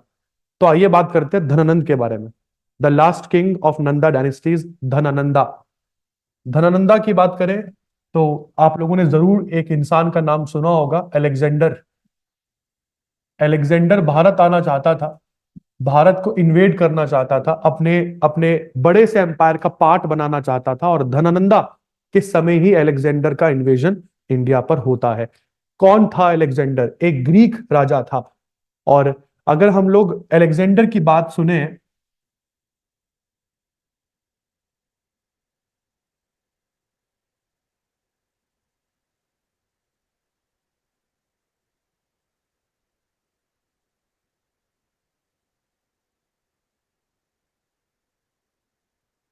तो कहा जाता है कि इंडस रिवर की एक ट्रिब्यूटरी है झेलम, दिस इज झेलम। और एक और रिवर है ब्यास। अगर अलेक्जेंडर की बात करें, ये है आपका पाटलिपुत्रा। जिस समय पाटलिपुत्र का राजा है धनानंद, मैं उस टाइम की बात बता रहा हूं। धनानंद के टाइम पीरियड में अलेक्जेंडर झेलम रिवर को क्रॉस कर लेता है, और झेलम और ब्यास के बीच का ये जो पोर्शन आपको पंजाब वाला दिख रहा है, इस पोर्शन का राजा है पारुषा। राजा पारुषा, जिसको इन्होंने पोरस बोला। और अलेक्जेंडर और पोरस के बीच में झेलम रिवर के ऊपर एक बैटल होती है, जिसको बैटल ऑफ झेलम। और क्योंकि झेलम को ग्रीक लोग झेलम प्रोनाउंसिएट नहीं कर पा रहे थे, इसलिए इसका नाम हाइडपिस रख दिया। बैटल ऑफ हाइडपिस लड़ी जाती है अलेक्जेंडर और पोरस के बीच में।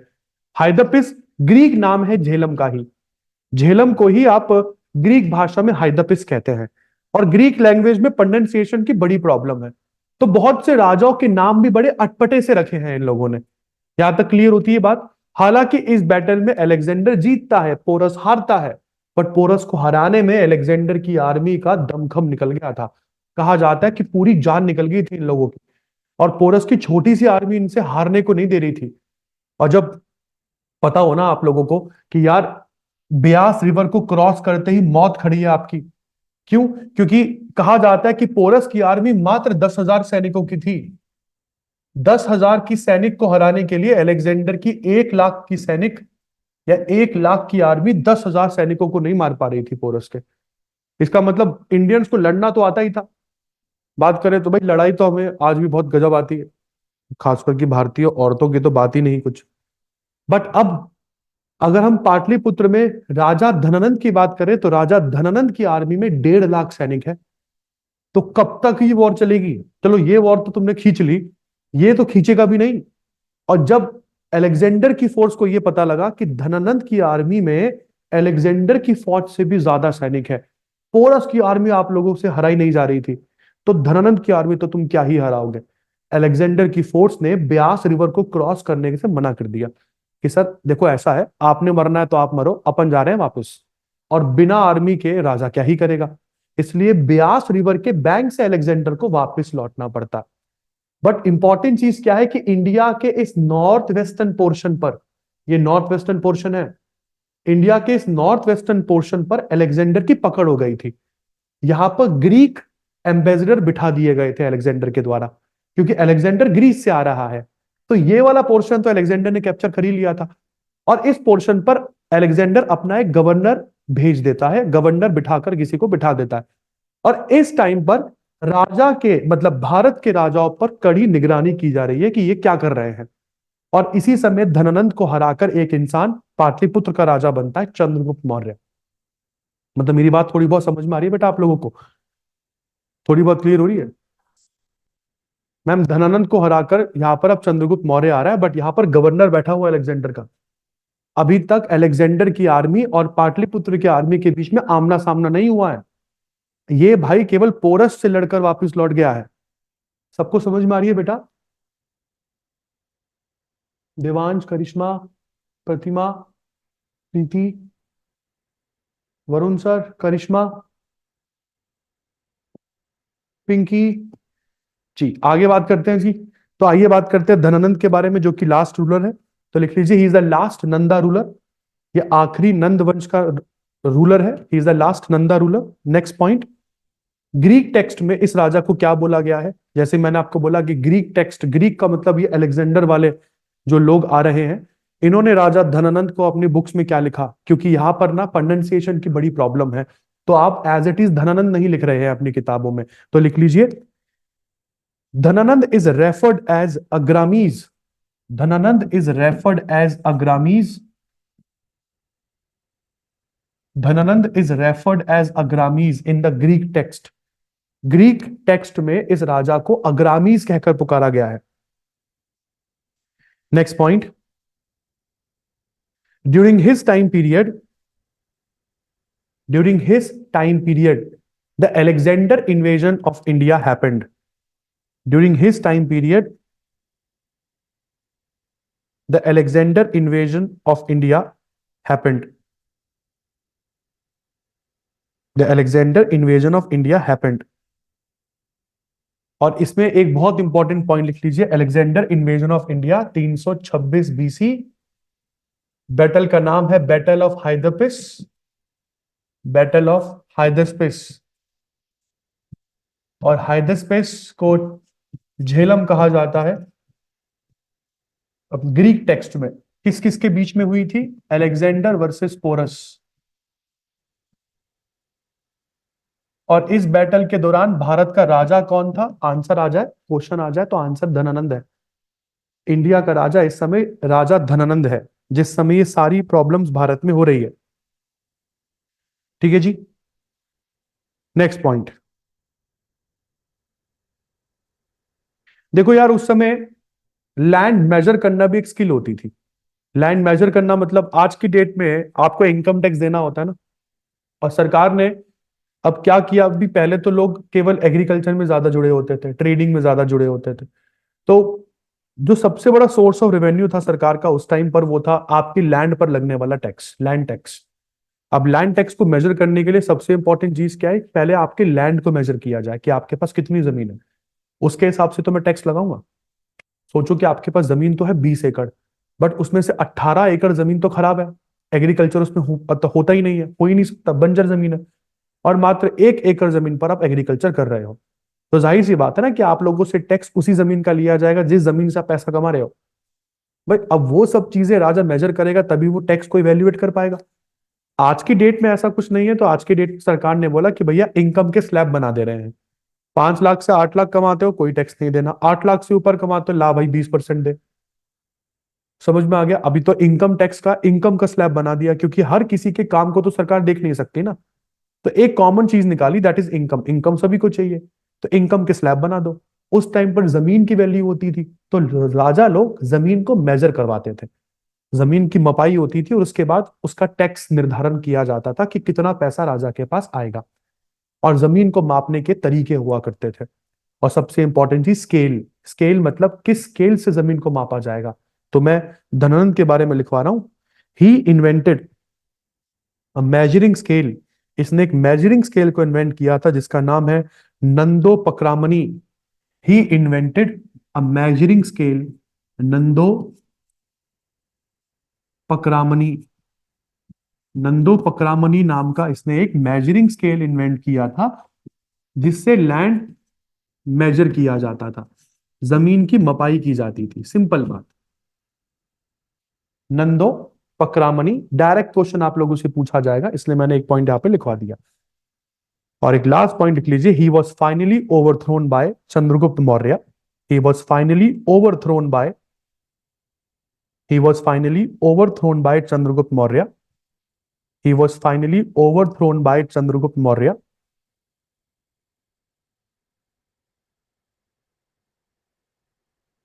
in the year in the year 322 BC. In the year 322 BC, he was finally overthrown by Chandragupta Maurya in the year 322 BC.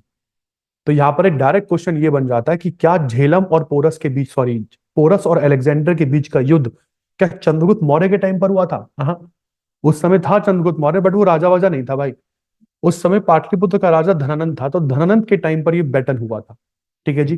तो अब अलेक्जेंडर तो वापस लौट गया, मैंने आपको बताया था कि कौन सी नदी को अलेक्जेंडर पार नहीं कर पाया, क्वेश्चन आ गया, कौन सी नदी को अलेक्जेंडर पार नहीं कर पाया, उसी के बैंक से वापस हो गया। क्या आंसर दोगे? झेलम को तो झेलम को तो पार किया है उसने, झेलम को तो क्रॉस करके बैटल हुआ ही है। ब्यास नदी को पार नहीं कर पाया है। ये मैप अगर बना सकते हो तो बना लेना। Alexander was not able to cross river Beas. Beas के तट से अलेक्जेंडर वापस गया। और क्यों वापस गया तो मैंने आपको बता दिया कि अलेक्जेंडर की फौज ने लड़ने से ही मना कर दिया कि सर अपन नहीं लड़ेंगे, आपने मरना आप मरो। यहां तक क्लियर हुआ जी? अब बात करते हैं राजा चंद्रगुप्त मौर्य के बारे में, और मौर्यन डायनेस्टी शुरू कर रहा हूं बेटा मैं। इसके बारे में कुछ लिखना नहीं है आप लोगों को, स्लाइड्स आप लोगों के पास में है, ये एज इट इज मैं आप लोगों को फॉरवर्ड करूंगा। आइए एक बार मौर्यन डायनेस्टी को देख लेते हैं। सबसे इंपॉर्टेंट चीज, अगर आप ये मैप देख पाए तो ये कंप्लीट मैप मौर्यन डायनेस्टी का, और जैसे कि मैंने आपको बताया कि इतना बड़ा डायनेस्टी स्टैब्लिश कर पाना राजाओं की बस की बात होती है, क्योंकि रिसोर्सेस तो इनसे पहले भी बहुत राजाओं के पास में थे। नंदा डायनेस्टी के पास था, हरियक डायनेस्टी के पास था, शिशुनाग डायनेस्टी के पास था, बट इतना बड़ा एम्पायर तो मौर्यन डायनेस्टी के लोगों ने ही स्टैब्लिश किया ना। आइए बात करते हैं मौर्यन डायनेस्टी का, ये मौर्यन एम्पायर का ये एम्पायर बना कब? तो 322 बीसी में चंद्रगुप्त मौर्य ने मौर्यन डायनेस्टी को स्टैब्लिश किया। चंद्रगुप्त मौर्य धर्म से कौन था? क्या वो ब्राह्मण था, जैनिज्म को फॉलो करता था, बुद्धिज्म को फॉलो करता था? तो किसको फॉलो करता था? कहा जाता है कि चंद्रगुप्त मौर्य धर्म से जैनिज्म को फॉलो करने वाला इंसान है, जैनिज्म को फॉलो करता था। और चंद्रगुप्त मौर्य के दिमाग में ना हमेशा से एक बात थी कि मुझे इंडिया को एक्सपेंड करना है अफगानिस्तान तक।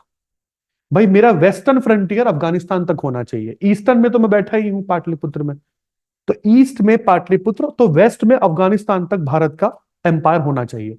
बट अब सबसे इंपॉर्टेंट क्वेश्चन क्या है? अफगानिस्तान तक अटैक करने जाओगे तो अफगानिस्तान में तो बैठा है चंद्रगुप्त, उसका अलेक्जेंडर का गवर्नर, जो मैंने आपको बताया था कि नॉर्थ वेस्ट में तो अलेक्जेंडर अपने गवर्नर को बैठा के बैठा ही है।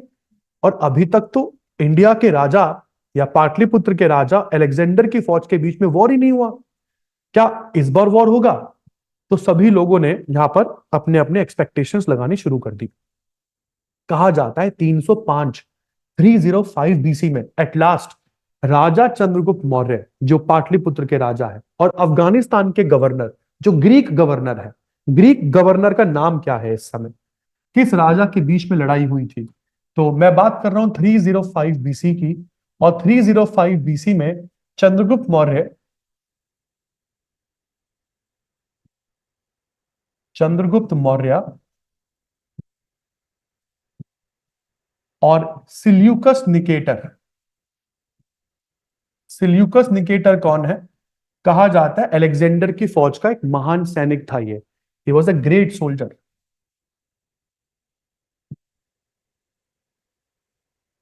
Of Alexander's army.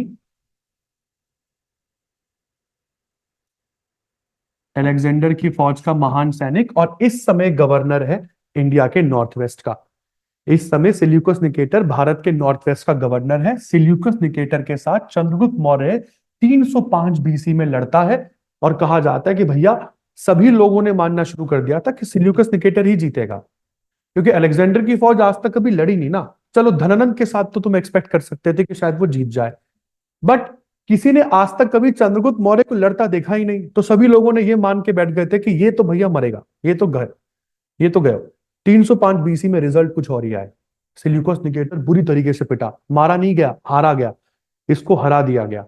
Chandragupta Maurya battle जीत गया और चंद्रगुप्त मौर्य ने सिल्यूकस निकेटर को शर्मसार कर दिया एक ट्रीटी साइन करने के लिए। वो ट्रीटी में ये लिखा था कि सर आपको अफगानिस्तान के 4 बड़े बड़े पोर्शंस मुझे देने होंगे क्योंकि आप हार गए हो।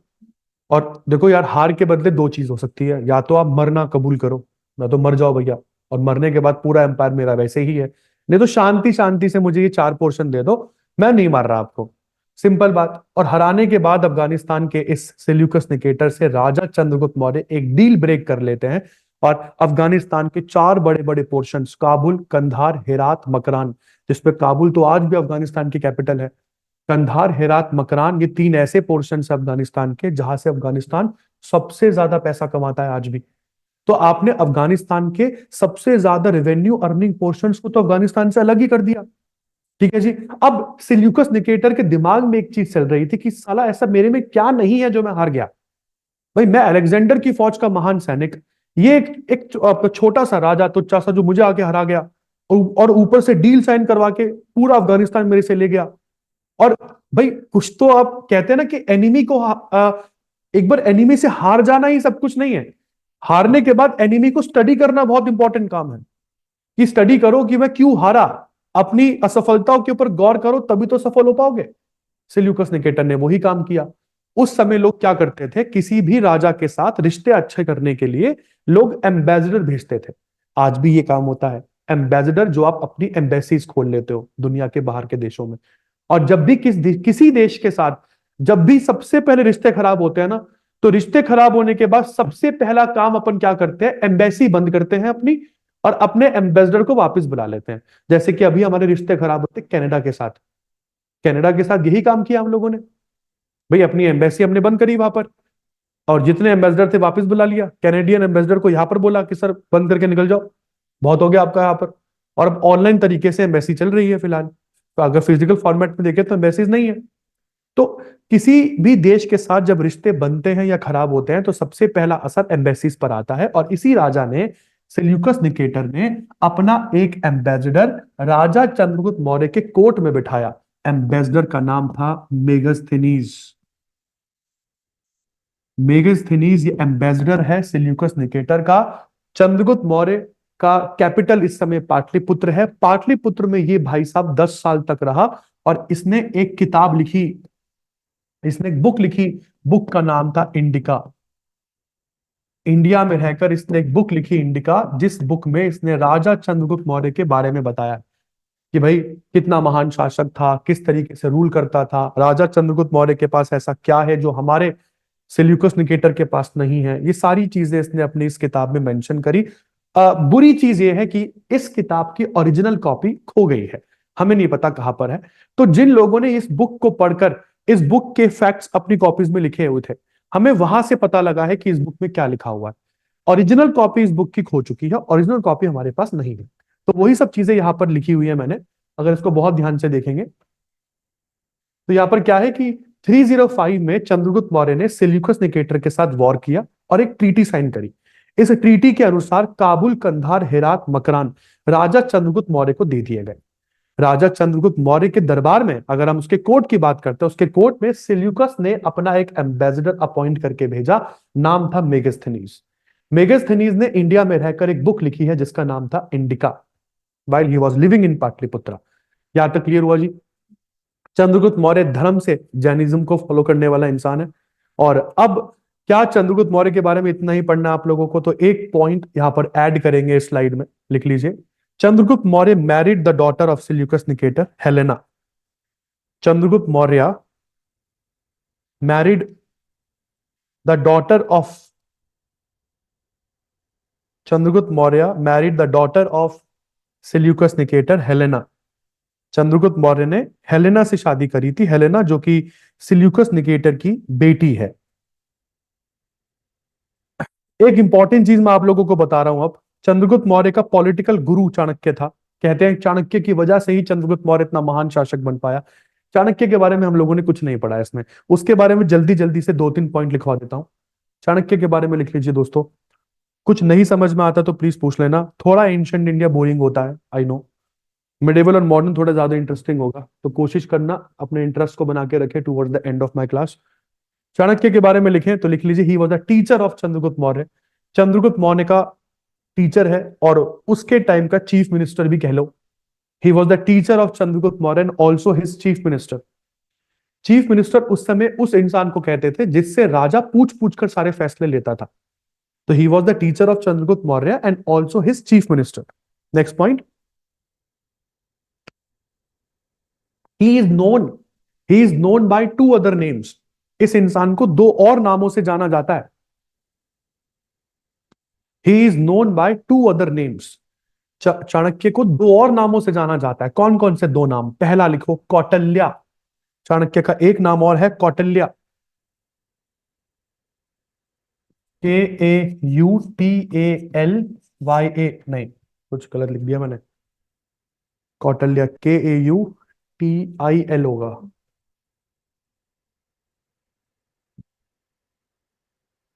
TILYA, कौटिल्य।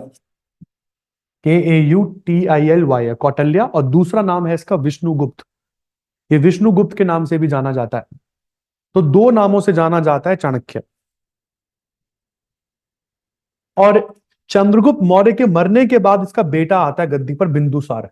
कहते हैं कि बिंदुसार के टाइम पीरियड तक क्या चाणक्य जिंदा था या निपट गया था? तो उसके बारे में एक और पॉइंट लिखवा रहा हूं। Chanakya was also the minister. Chanakya was also a minister in the court of Bindusara. Chanakya Bindusara के कोर्ट का भी एक मिनिस्टर था। Chanakya was also the minister in the court of Bindusara.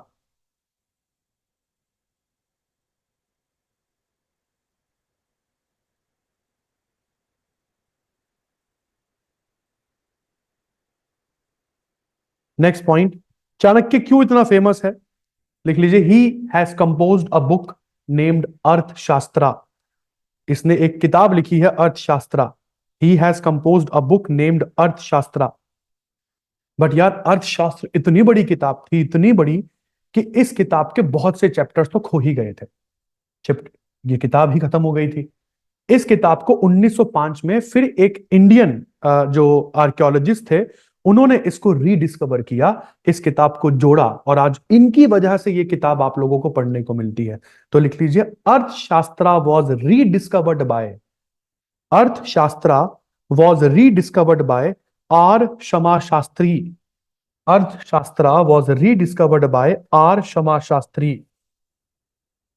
अर्थशास्त्रा was rediscovered by R R Shama Shastri को ये ऐसे लिखते हैं, R Shama Shastri in 1905। Arthashastra was rediscovered by R Shama Shastri in 1905। अब इस किताब के बारे में बता दूं, लिख लीजिए दिस बुक कंटेन्स 15 बुक्स। इस एक किताब में 15 किताबें हैं। This book contains 15 books and 180 chapters. 180 chapter और 15 बुक के साथ मिली है ये book. This book contains 15 books and 180 chapters. Next point, this book is written basically on 3 major themes. इस किताब को 3 मुख्य थीम्स पर लिखा गया है। This book is written on 3 major themes. कहते हैं ना चाणक्य नीति। चाणक्य नीति नंबर 1 क्या? चाणक्य नीति नंबर 1 ये बोलती है कि सर दुश्मन को मारने से पहले दुश्मन के दुश्मन को दोस्त बना लो। मतलब भैया अपनी गर्लफ्रेंड की सिस्टर को गर्लफ्रेंड बना लो। इससे क्या होता है? इससे थोड़ा सा ना प्रेशर बन जाता है सामने वाले पर। तो ये सब चाणक्य नीति है यार। चाणक्य नीति क्या है? इन्होंने 3 वॉल्यूम्स में लिखी है। पहली वॉल्यूम में क्या लिखा है इसने? लिख लीजिए डिपार्टमेंट्स ऑफ गवर्नमेंट के बारे में बताया कि सरकार को क्या करना चाहिए, सरकार के कितने विभाग होते हैं, department of government and council of ministers. मंत्री परिषद को क्या करना चाहिए, जैसे प्राइम मिनिस्टर के नीचे काउंसिल बैठती है ना पूरी, तो काउंसिल ऑफ मिनिस्टर्स के क्या काम है, डिपार्टमेंट्स ऑफ गवर्नमेंट को क्या करना चाहिए। पहली थीम तो इसकी ये है। सेकंड थीम लिखे सिविल एंड क्रिमिनल लॉ। जो आप लोग पढ़ते हो यहां पर सिविल एंड क्रिमिनल लॉ, ये इसकी सेकंड वॉल्यूम है जिस पर इसने ये लिखा। और थर्ड वॉल्यूम में इसमें लिखा डिप्लोमेसी ऑफ वॉर। ये जो दुश्मन के दुश्मन को दोस्त बनाना, this is a war diplomacy. क्या करते हैं हम लोग अफगानिस्तान के साथ? भाई हुआ क्या था कि जब इमरान खान की सरकार थी पाकिस्तान में और अफगानिस्तान में तालिबान का रूल आ गया था, तो अफगानिस्तान के तालिबान से Pakistan was very happy, Imran Khan was very happy, he issued a statement at that time कि दोनों भाई मिलकर अब कश्मीर ले लेंगे। भाई जो बचा हुआ कश्मीर हमारा है वो तालिबान के सपोर्ट से पाकिस्तान ले लेगा। इंडिया ने यहां पर चाणक्य नीति अपनाई। सबको पता था कि तालिबान को कोई रिकॉग्नाइज नहीं कर रहा वर्ल्ड में, आज भी नहीं करते हम लोग, क्या आपको आज भी इंडियन गवर्नमेंट तालिबान को गवर्नमेंट नहीं मानती, और आज भी हम लोग हामिद की जो गवर्नमेंट थी पहले वाली उसी को गवर्नमेंट मानते हैं। बट हम लोगों ने क्या शुरू किया, पैसा देना शुरू किया। तालिबानियों को पैसा दिया, अपन लोगों ने खाने के लिए अनाज दिया, वीट दी, पल्सेस दी, राइस दिए, और भाई एक इज्जत बन गई इंडिया की देखते ही देखते अफगानिस्तान में कि भाई ये तो खाना दे रहा है हमें, इसके साथ नहीं मतलब अपना लड़ेंगे, इसके साथ लड़के बैठ गए तो फिर तो भूखे मर जाएंगे। और इंडिया ने तो अफगानिस्तान में इन्वेस्टमेंट भी बहुत किया है। अफगानिस्तान की पार्लियामेंट हो, सड़कें हो, सब भारत ने ही तो बनाई है। अब यहां पर क्या हुआ कि तालिबान गवर्नमेंट ने 2019 में स्टेटमेंट इशू करी कि भैया ऐसा है, तुमने मरना है तुम मरो, कश्मीर मुद्दे पर अफगानिस्तान पाकिस्तान के साथ नहीं है। और यही तो चाहिए था हम लोगों को। भाई अब क्या है, पाकिस्तान की वाट क्यों लगती है, क्योंकि इस तरफ से इंडिया, उस तरफ से अफगानिस्तान, बीच में पाकिस्तान लटका पड़ा। तो ये मैं इसको वॉर डिप्लोमेसी कहता हूं। ये बहुत अच्छे से समझाई है चाणक्य ने अपनी किताब में। और चाणक्य को इसी वजह से इंडियन मैकियावेली भी कहा जाता है। मैकियावेली ने कभी यूरोपियन सभ्यता में ये सारी चीजें लिखी थी। मैकियावेली एक राइटर है, तो Chanakya is also called as Indian Machiavelli. Chanakya is also called Indian Machiavelli, MACHIAVELLI, Indian Machiavelli. तो मैकियावेली यूरोपियन कॉन्टिनेंट में एक टाइम पीरियड है रेनेसा का। रेनेसा मतलब पुनर्जागरण, कि ये लोग जागे दोबारा से, अंधकार की सभ्यता से जागकर सामने आए। रेनेसा के टाइम पीरियड में एक राइटर था मैकियावेली, उसने कुछ ऐसे लेख लिखे थे। तो चाणक्य को इंडियन मैकियावेली कहा जाता है। मुझे ना यहाँ पर भी थोड़ी प्रॉब्लम है यार, मैकियावेली से कई साल पहले चाणक्य आए थे, तो आप मैकियावेली को यूरोपियन और चाणक्य बोले तो ज्यादा बेहतर होगा, instead of calling our Chanakya as Indian Machiavelli. तो इसको वेस्टर्नाइजेशन ऑफ इंडियन हिस्ट्री बोलते हैं। हमने कई बार पढ़ाया है कि अक्सर भारत में ना हम लोगों को बहुत निचली नजर से देखा जाता है। ये सब चीजें वही हैं। चलिए जी अब आगे बढ़ते हैं। चाणक्य सॉरी बिंदुसार अब आ जाते हैं गद्दी पर, चंद्रगुप्त मौर्य चले जाते हैं। और बिंदुसार के टाइम पीरियड में कहा जाता है कि दो बहुत बड़े रिबेलियन तक्षशिला में होते हैं। तक्षशिला मैंने अभी आपको लोकेशन पढ़ाई थी, तक्षशिला किधर है, एक बार दोबारा देख लेते, नहीं समझ में आया तो। अगर हम तक्षशिला की बात करें तो दिस इज तक्षशिला, जहां मैंने आपको गांधार पढ़ाया था, अगर आपको याद आ रहा हो। देखो ये रहा गांधार, ये रहा तक्षशिला, दिस इज तक्षशिला। और यहां पर है पाटलिपुत्र। लोकेशन देख रहे हो कितनी दूर है। तो बिंदुसार जिस समय पाटलिपुत्र में थे उस समय तक्षशिला में दो रिबेलियंस हुए थे। कहा जाता है किसी राजा से ये रिबेलियन दबाए नहीं जा रहे थे, और उस टाइम पर बिंदुसार ने सबसे पहले तो अपने सबसे अब बिंदुसार के बारे में बात कर लूं तो इस राजा के 101 बेटे हैं। बिंदुसार के 101 बेटे हैं, कैपेसिटी पे शक नहीं करना हमारी, अपन पॉपुलेशन बढ़ाने में तो वैसे ही बहुत आगे हैं। 101 राजा है बिंदुसार के, जिसमें सबसे बड़ा बेटा जो था वो था सुसीम। तो पहला तक्षशिला का रिवॉल्ट तो सुसीम ने दबाया, सुसीम को वापस बुला लिया गया। और जब दूसरी बार रिवॉल्ट हुआ तब बिंदुसार ने अपने बेटे अशोक को भेजा। राजा अशोक की जिंदगी का ये पहला अभियान था, इससे पहले तक इन्होंने ऐसा कुछ किया नहीं था। और जितनी समझदारी से राजा अशोक ने तक्षशिला के रिबेलियन को दबाया वो काबिले तारीफ था। चलिए जी, कहा यह जाता है कि 101 बेटे जो बिंदुसार के थे उसमें सबसे बदसूरत अशोक ही थे। मतलब he was not a good looking son, और इसीलिए बिंदुसार और अशोक के बीच में ज्यादा पटती भी नहीं थी। मतलब केमिस्ट्री बहुत बुरी है इन लोगों की। और बिंदुसार हमेशा से ये चाहता था कि अगर बिंदुसार मरे तो अगला सम्राट अगर कोई बने तो वो उनका बेटा सुसीम बने, ना कि अशोक बने। जबकि जैसे कि मैंने आपको बोला कि अशोक सबसे बेहतर है सबसे, क्योंकि सुसीम ने जो काम नहीं किया वो अशोक ने कर दिखाया था। But Ashoka was not a good looking son, तो इसलिए कभी बिंदुसार का सपोर्ट उसको मिला नहीं। चलिए कोई बात नहीं। जब अशोक ने तक्षशिला का रिबेलियन दबाया और तक्षशिला से अशोक वापस मगध की तरफ चलना शुरू हुआ, तब अशोक के पास लेटर पहुंचता है कि सर आपको पाटलिपुत्र नहीं आना, आप अब सीधा अवंती जाओ, उज्जैन। अब मैं आपको तक्षशिला से उज्जैन भेज दे रहा हूं। तो अशोक राजा बिंदुसार के टाइम पीरियड में दो जगहों का गवर्नर बना था, एक था तक्षशिला और दूसरा था उज्जैन। कहा यह जाता है, बेसिक सी थ्योरी इसके पीछे ये थी कि बिंदुसार अशोक को कैपिटल से दूर रखना चाहते थे बस, कि भी पाटलिपुत्र में नहीं बुलाना है इस इंसान को, इसको जितना हो सके उतना कैपिटल से दूर रखे। और जब अशोक अवंती में उज्जैन के गवर्नर बन के रह रहे थे, तब अशोक के पास एक खबर पहुंचती है कि बिंदुसार तो चल बसे भैया। और बिंदुसार के मरने से पहले बिंदुसार ने अपने बेटे सुसीन को राजा बना दिया। जबकि उस समय क्या होता है कि जब बहुत ज्यादा बेटे हैं ना आपके, उन बेटों के बीच में एक कंपटीशन करवाया जाना चाहिए, और कंपटीशन के बाद ही एक राजा बता सकता है कि कौन सा बेटा मेरा बेहतर है बाकी सबसे, जो जो राजा बनने लायक है। भाई जैसे कि हम लोगों ने बाहुबली में भी देखा, ये अक्सर सच बात है, क्योंकि हम लोग ऐसा नहीं बोलते थे अपने बेटों को कि बेटा लड़ो, जो मर गया मर गया, जो जिंदा बच गया वो राजा।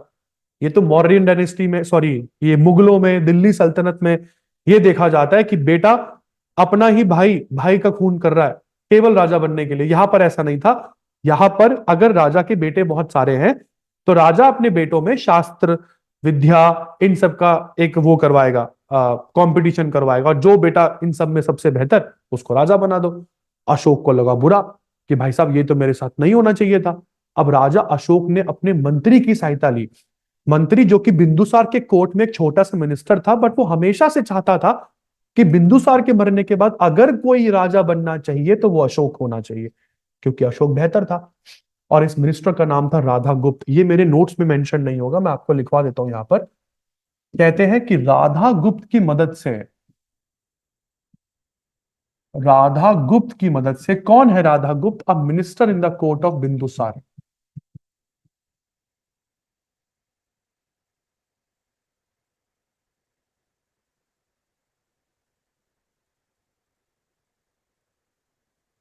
बिंदुसार के कोर्ट का एक मिनिस्टर है राधा गुप्त। और राधा गुप्त की मदद से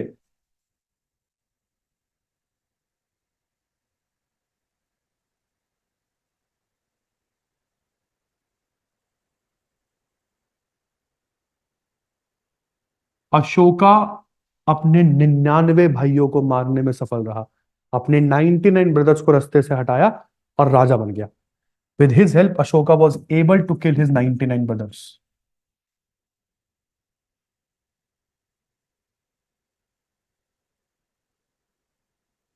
101 बेटे थे बिंदुसार के, एक को छोड़ दिया। बिंदुसार की 16 रानियां थी, 16 रानियों में से 16वीं रानी के साथ बिंदुसार के दो ही बेटे हुए। एक अशोक हुआ और एक अशोक का सगा भाई जिसका नाम था विताशोक। अशोक ने अपने केवल सगे भाई को छोड़ा, बाकी सभी सौतेले भाइयों को निपटा दिया। जो एक छोड़ा गया, one brother who was spared, एक भाई जिसको छोड़ दिया गया, उसका नाम था विताशोक। विताशोक अशोक का असली भाई है, रियल ब्रदर है ये, इसका एक ही रियल ब्रदर था। और इस तरीके से अशोक की बात करें तो 272 बीसी के आसपास अशोक मौर्यन डायनेस्टी के तीसरे राजा बनते हैं। आपको बहुत इंपॉर्टेंट चीज बता दूं, अशोक ने जो काम किया वो बिंदुसार का रुका हुआ काम था। आइए कुछ मैं बिंदुसार के बारे में भी बताऊं।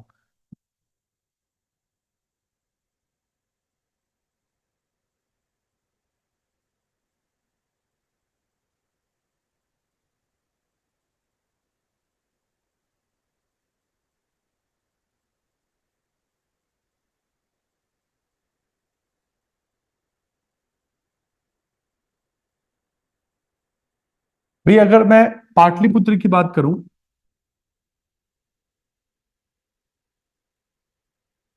तो कहा जाता है राजा चंद्रगुप्त मौर्य तक, मैं यहां पर थोड़ा पेन चेंज कर रहा हूं।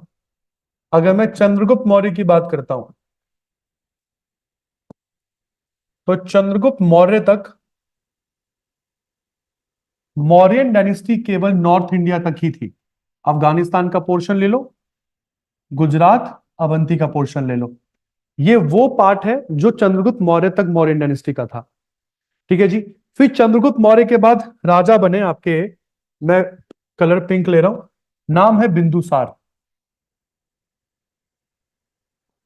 बिंदुसार ने क्या किया? बिंदुसार ने पहली बार मौर्यन डायनेस्टी को साउथ इंडिया में एक्सपेंड किया। तो इसलिए बिंदुसार के नाम के आगे जोड़ा जाता है कि he is the king of, he is the king between two seas. Bindusara के लिए कभी कभार कहा जाता है he is the king between two seize.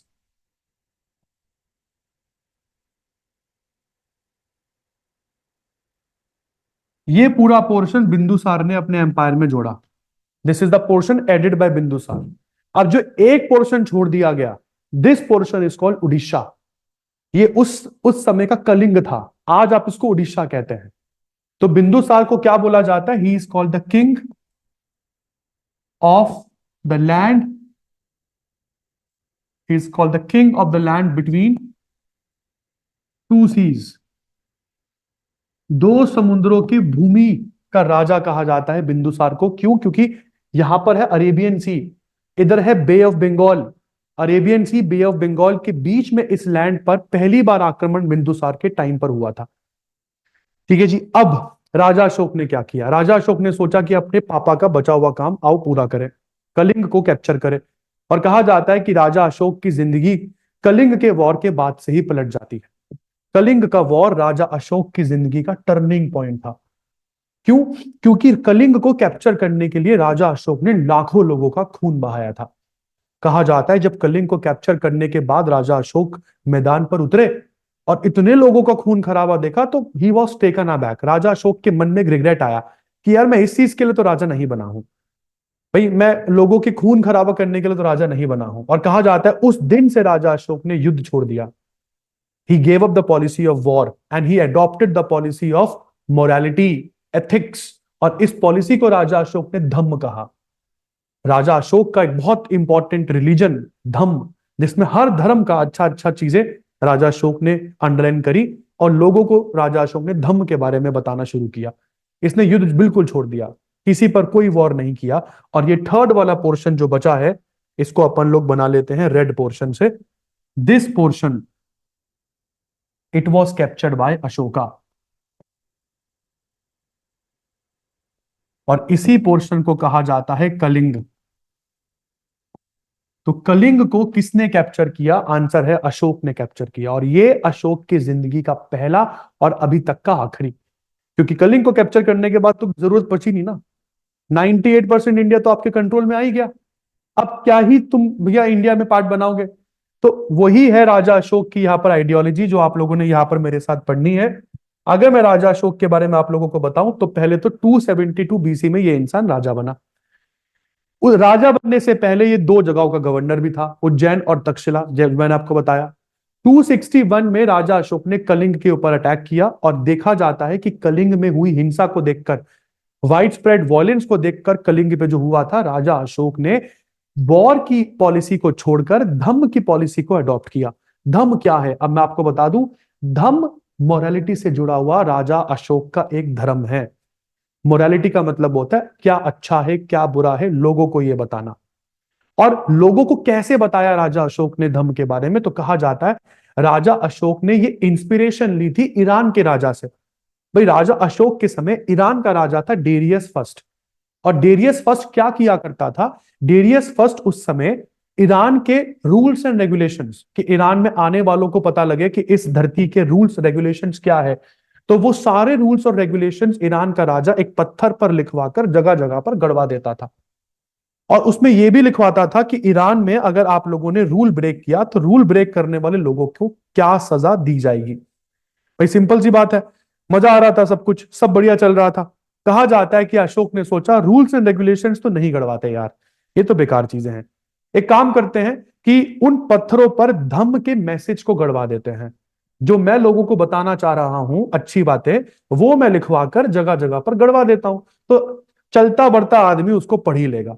और जब आप बार बार एक चीज को पढ़ोगे ना तो आपके दिमाग में वो चीज एक दिन आ ही जाती है। आप सोचते हो कि यार बात तो ठीक है, सही लिख रहा है ये राजा, ये सब चीजें क्या ही करनी। तो राजा अशोक का बेसिक सा उद्देश्य आपकी जिंदगी को बदल देना था, सिंपल सी बात। और राजा अशोक ने अपने इस मैसेज को 4 लैंग्वेजेस में लिखवाया, क्योंकि इसको पता है इतना बड़ा भारत है इसका, इतने बड़े भारत में अलग अलग भाषा बोलने वाले लोग जरूर रहते होंगे, तो इसने 4 बड़ी लैंग्वेज में अपने धम्म को लिखवाया, जिसमें पहला है ग्रीक, दूसरा ब्रह्मी, तीसरा अरमाइक, चौथा खरुष्टी। राजा अशोक जाने जाते हैं पिलर इंस्क्रिप्शंस के लिए, इसने पिलर गड़वाए हर जगह पर। और 7 पिलर इंस्क्रिप्शंस आप लोगों की विधि जुडिशियल एकेडमी के नोट्स में आपको मिलेंगे। हर पिलर इंस्क्रिप्शन की लोकेशन आप लोगों को याद रखनी है। 7 पिलर इंस्क्रिप्शंस उसमें लिखी होंगी अच्छे से। तो आपको बस यहाँ पे मैं एक पॉइंट में बता रहा हूं कि इसने जो पिलर इंस्क्रिप्शंस लिखवाई वो प्राकृत लैंग्वेज में लिखवाई।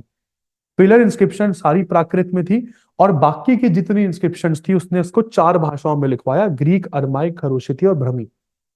ठीक है जी। राजा अशोक की इस इंस्क्रिप्शन को सबसे पहले पढ़ा किसने? तो कहा जाता है 1837 में जेम्स प्रिंसेप नाम का एक हिस्टोरियन था जिसने राजा अशोक की इंस्क्रिप्शंस को पढ़ा। राजा अशोक की इंस्क्रिप्शंस को पढ़ने के बाद जेम्स प्रिंसेप ने ही दुनिया को बताई 2 चीजें। मैं वो बता रहा हूं यहां पर आपको, वो लिख भी लीजिएगा। जेम्स प्रिंसेप दुनिया को 2 चीजें बताते हैं। पहली चीज जेम्स प्रिंसेप ये बोलते हैं कि he never used his word, he कौन? Ashoka never used his own name in his inscriptions, कि उन्होंने कभी भी अपनी इंस्क्रिप्शन में अपना खुद का नाम इस्तेमाल नहीं किया। राजा अशोक ने कभी भी अपना खुद का नाम इस्तेमाल नहीं किया अपनी इंस्क्रिप्शंस में। तो कौन सा नाम यूज किया? जेम्स प्रिंसेप ने बताया इंस्टेड ही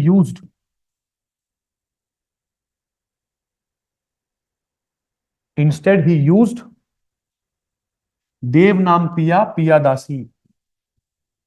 इंस्टेड ही यूज्ड देव नाम पिया पियादासी। देव नाम पिया पियादासी का मतलब होता है बिलवर्ड ऑफ गॉड्स, कि मैं देवों का प्रिय हूं, बिलवर्ड ऑफ गॉड्स। तो राजा अशोक ने कभी भी अपना नाम इस्तेमाल नहीं किया अपनी किसी भी इंस्क्रिप्शन में। उल्टा अपनी इंस्क्रिप्शन में उसने अपने आप को देव नाम पिया पियादासी कह के पुकारा। तो ये इंपॉर्टेंट चीजें जो आप लोगों को राजा अशोक के बारे में पता होनी चाहिए, इनके धम्म के बारे में। जैसे मैंने बोला कि पिलर इंस्क्रिप्शंस, रॉक इंस्क्रिप्शंस बहुत सारी लिखवाई हैं। रॉक इंस्क्रिप्शंस को इन्होंने 4 भाषाओं में लिखवाया है, ग्रीक, ब्रह्मी, खरोशिथी, अरमाइक। पिलर इंस्क्रिप्शंस को सारा प्राकृत में लिखवाया है। सारी इंस्क्रिप्शंस को पढ़ने वाला पहला इंसान था जेम्स प्रिंसेप, और इसी इंसान ने दुनिया को बताया कि राजा अशोक ने कभी भी अपना नाम इस्तेमाल नहीं किया अपनी किसी भी इंस्क्रिप्शन में। अपने नाम की जगह उसने ये टाइटल यूज किया, देव नाम पिया पियादासी, जिसका मतलब है कि मैं देवों का प्रिय हूं। और अगर कोई देवों का प्रिय आपसे कुछ बोल रहा है कि यार ये फॉलो कर लो, तो एक मॉरल रिस्पॉन्सिबिलिटी दिमाग पे आ जाती है, यार देवों का प्रिय बोल रहा है यार, और अगर मैंने इसकी बात नहीं सुनी इसका मतलब मैं देवों को परेशान कर दूंगा। भाई आज की डेट में कहीं ना कहीं भगवान का डर है तो है ना, वो मुझे पता है कि नहीं है, इतना नहीं है, बट थोड़ा बहुत तो भगवान का डर आज भी है। कि आप मंदिरों में चप्पल पहन के तो आज भी नहीं जाते, भाई थोड़ा बहुत तो है ही है। और ये काम 1837 में जेम्स प्रिंसेप ने किया था। 1837 में ये काम जेम्स प्रिंसेप ने किया था। आपकी स्लाइड्स में 1887 लिखा हुआ है, इसको प्लीज ऑमिट कर लेना, ये 1887 गलत है। 1837 में जेम्स प्रिंसेप ने राजा अशोक की इंस्क्रिप्शंस को पढ़ा था। आगे बढ़ रहा हूं, बस खत्म कर रहा हूं मैं पूरा मौर्यन डायनेस्टी। कहा जाता है कि राजा अशोक की भाबरू इंस्क्रिप्शन एक रॉक इंस्क्रिप्शन है राजा अशोक की, और इस भाबरू इंस्क्रिप्शन में राजा अशोक ने अपने पूरे धम्म को बढ़ाया है। इनका कंप्लीट धम्म भाबरू इंस्क्रिप्शन में है। राजा अशोक ने एक अच्छा काम भी किया है। राजा अशोक ने बुद्धिज्म के लिए, कहा जाता है कि धम्म को फैलाने के लिए राजा अशोक ने हर जगह एम्बेसडर भेजे, हर कंट्री में उसने कुछ ना कुछ भेजा। और धम्म को फैलाने के लिए राजा अशोक ने अपने खुद के बेटे महेंद्र और बेटी संघमित्रा को श्रीलंका भेजा। अगर हम राजा अशोक की बात करते हैं तो श्रीलंका में आज जो आपको बुद्धिज्म दिखता है ना, it is all because of king Ashok. सब राजा अशोक की वजह से है। Sri Lanka, Tibet, China, Cambodia, Laos, Vietnam, कहीं पर भी आज आपको आज बुद्धिज्म दिखे, it is all because of this king. इसने हर जगह पर एम्बेसडर भेजे हैं, और इसीलिए बुद्धिज्म आज दुनिया में ज्यादा है, जैनिज्म नहीं है। क्योंकि जैनिज्म को राजा अशोक जैसे राजा कहां मिले भाई, जो हर जगह आपके धर्म को प्रचार प्रसार पे लगा दे। बट अच्छी चीज आपको बता दूं कि राजा अशोक ने कभी भी खुद को ये नहीं बोला कि मैं बौद्धि हूं, मगर इनके कामों से पता लगता है कि ये साला बुद्धिस्ट ही था। देखा जाए क्यों, क्योंकि इसने 2 स्तूप बनवाए सांची और तक्षशिला में। सांची और सारनाथ में इसने 3 स्तूप बनवाए, सांची, सारनाथ, तक्षशिला में। स्तूप क्या होते हैं? बुद्धिज्म के मंदिरों को स्तूप कहा जाता है। मैं एक बार आपको स्तूप दिखा भी दूं और बना के दिखा दूं कि स्तूप में कुछ इंपॉर्टेंट चीजें हैं जो आप लोगों को याद रखनी है। पहली बात, एक एक संदूक जैसे डब्बे में आप बुद्धा के रेलिक्स को डाल देते हैं। बुद्धा के रेलिक्स को इसमें डाल दिया जाता है। रेलिक्स का मतलब होता है कि भगवान बुद्ध के बॉडी के पार्ट्स हो सकते हैं, या हो सकता है कि वो आइटम जो वो रोजमर्रा की जिंदगी में इस्तेमाल करते होंगे उसको एक संदूक में डालकर दफना दिया जाता है। और इस दफनाने वाले पोर्शन के ऊपर सेमी सर्कुलर एक ऑब्जेक्ट बनाया जाता है, और इसको कहा जाता है अंडा। इसको कहा जाता है अंडा। इसके अंदर जाने का कोई रास्ता नहीं है। इंपॉर्टेंट चीज, अंदर जाने का कोई रास्ता नहीं है। इसके ऊपर एक छतरी बनाई जाती है जिसमें तीन छत्र दिखते हैं, और इसको कहा जाता है छत्र। इस छत्र के चारों तरफ बालकनी बनती है, और इस बालकनी को कहा जाता है हर्मिका। फिर बात करते हैं क्या करते हैं आप लोग इसमें। इस अंडे के ऊपर चढ़ने के लिए स्टेयरकेस है दो तरफ से, और यहां पर चढ़कर आप चारों तरफ से इसकी परिक्रमा कर सकते हैं। परिक्रमा मतलब इसके चारों तरफ घूम सकते हैं। और इस पाथ को प्रदक्षिण पथ कहते हैं। प्रदक्षिण पथ वो रास्ता है जिस रास्ते पर चढ़कर आप परिक्रमा करते हैं स्तूप की। स्तूप के अंदर जाने का कोई रास्ता नहीं है, मैं आपको पहले ही बता दूं। स्तूप के अंदर जाने का कोई रास्ता नहीं है। हाँ, स्तूप की केवल परिक्रमा ही की जा सकती है।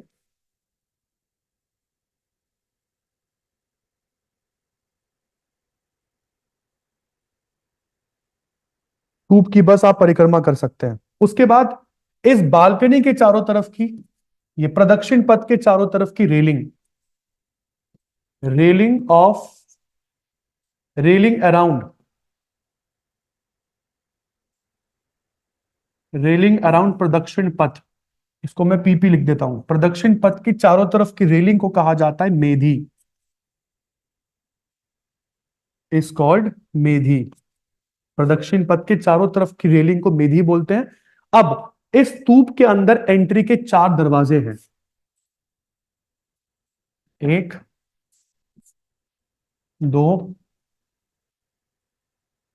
तीन। ये चार दरवाजे चार डायरेक्शंस में लगे होते थे, और इन दरवाजों को कहा जाता था तोरना। तोरन। इन गेट्स को तोरन कहा जाता है। और इन तोरन के चारों, मतलब तोरन के बीच में बाउंड्री वॉल्स हैं।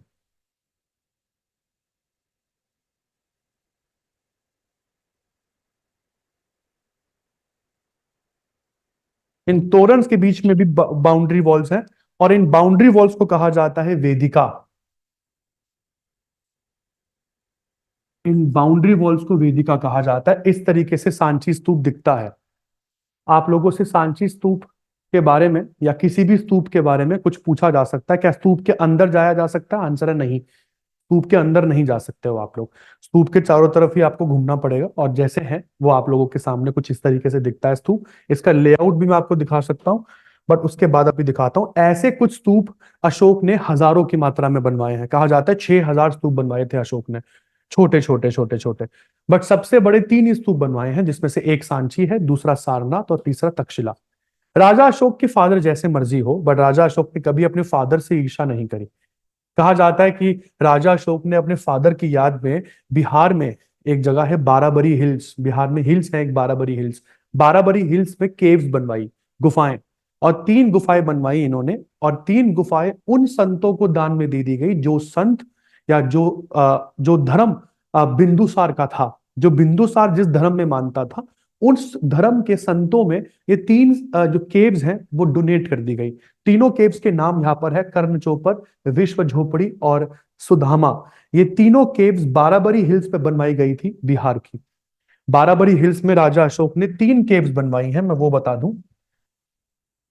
बाराबरी हिल्स, ये बाराबरी हिल्स बिहार में है, और यहां पर तीन केव बनवाई गई है। पहला है सुदामा, लिखना है तो लिख लीजिए। दूसरा है विश्व झोपड़ी, विश्व झोपड़ी। और तीसरा है कर्ण चोपर, कर्ण चोपर। और ये तीनों केव्स किसको दी गई थी? ये तीनों केव डोनेट कर दी गई थी अजीवक सेंट को। अजीवक सेंट्स। अजीवक क्या है? अजीवक भी एक रिलीजन था। अजीवक एक धर्म था। इसके बारे में नहीं पढ़ना है, बट आपको बता दूं, अजीवक वो रिलीजन था जिस रिलीजन में बिंदुसार माना करते थे, जिस रिलीजन में बिंदुसार की आस्था थी।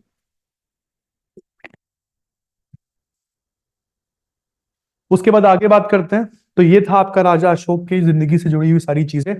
मौर्यन डायनेस्टी में राजा अशोक के मरने के बाद डायनेस्टी पूरी तितर बितर हो जाती है, और कहा जाता है आखिरी मौर्यन किंग, उसका नाम मैं आपको बता देता हूं। आखिरी मौर्यन किंग था बृहद्रथा। बृहद्रथ आखिरी मौर्यन किंग। और ये इतना पावरलेस इंसान हो गया था, सोचो अशोक के मरने के बाद मौर्यन डायनेस्टी की हालत इतनी बुरी हो गई थी कि आखिरी मौर्यन किंग है बृहद्रथ, और इसको इसी के सेनापति ने मार दिया। This was the last Mauryan ruler, last Mauryan ruler, and he was killed by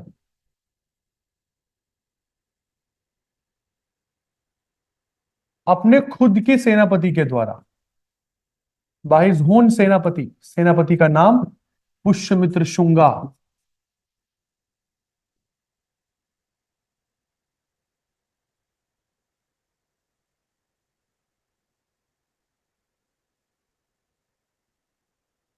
Pushyamitra Shunga. And this is the complete Mauryan dynasty dear.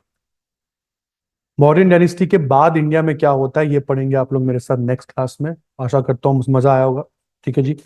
ये सारे नोट्स आप लोगों को मिल जाएंगे बेटा। पॉजिटिवली मैं बात करता हूँ, कब तक मिलेंगे उसके बारे में बताता हूँ। चलिए, थैंक यू डियर। कोई डाउट्स तो नहीं है आपको ऑनलाइन वाले बच्चों को?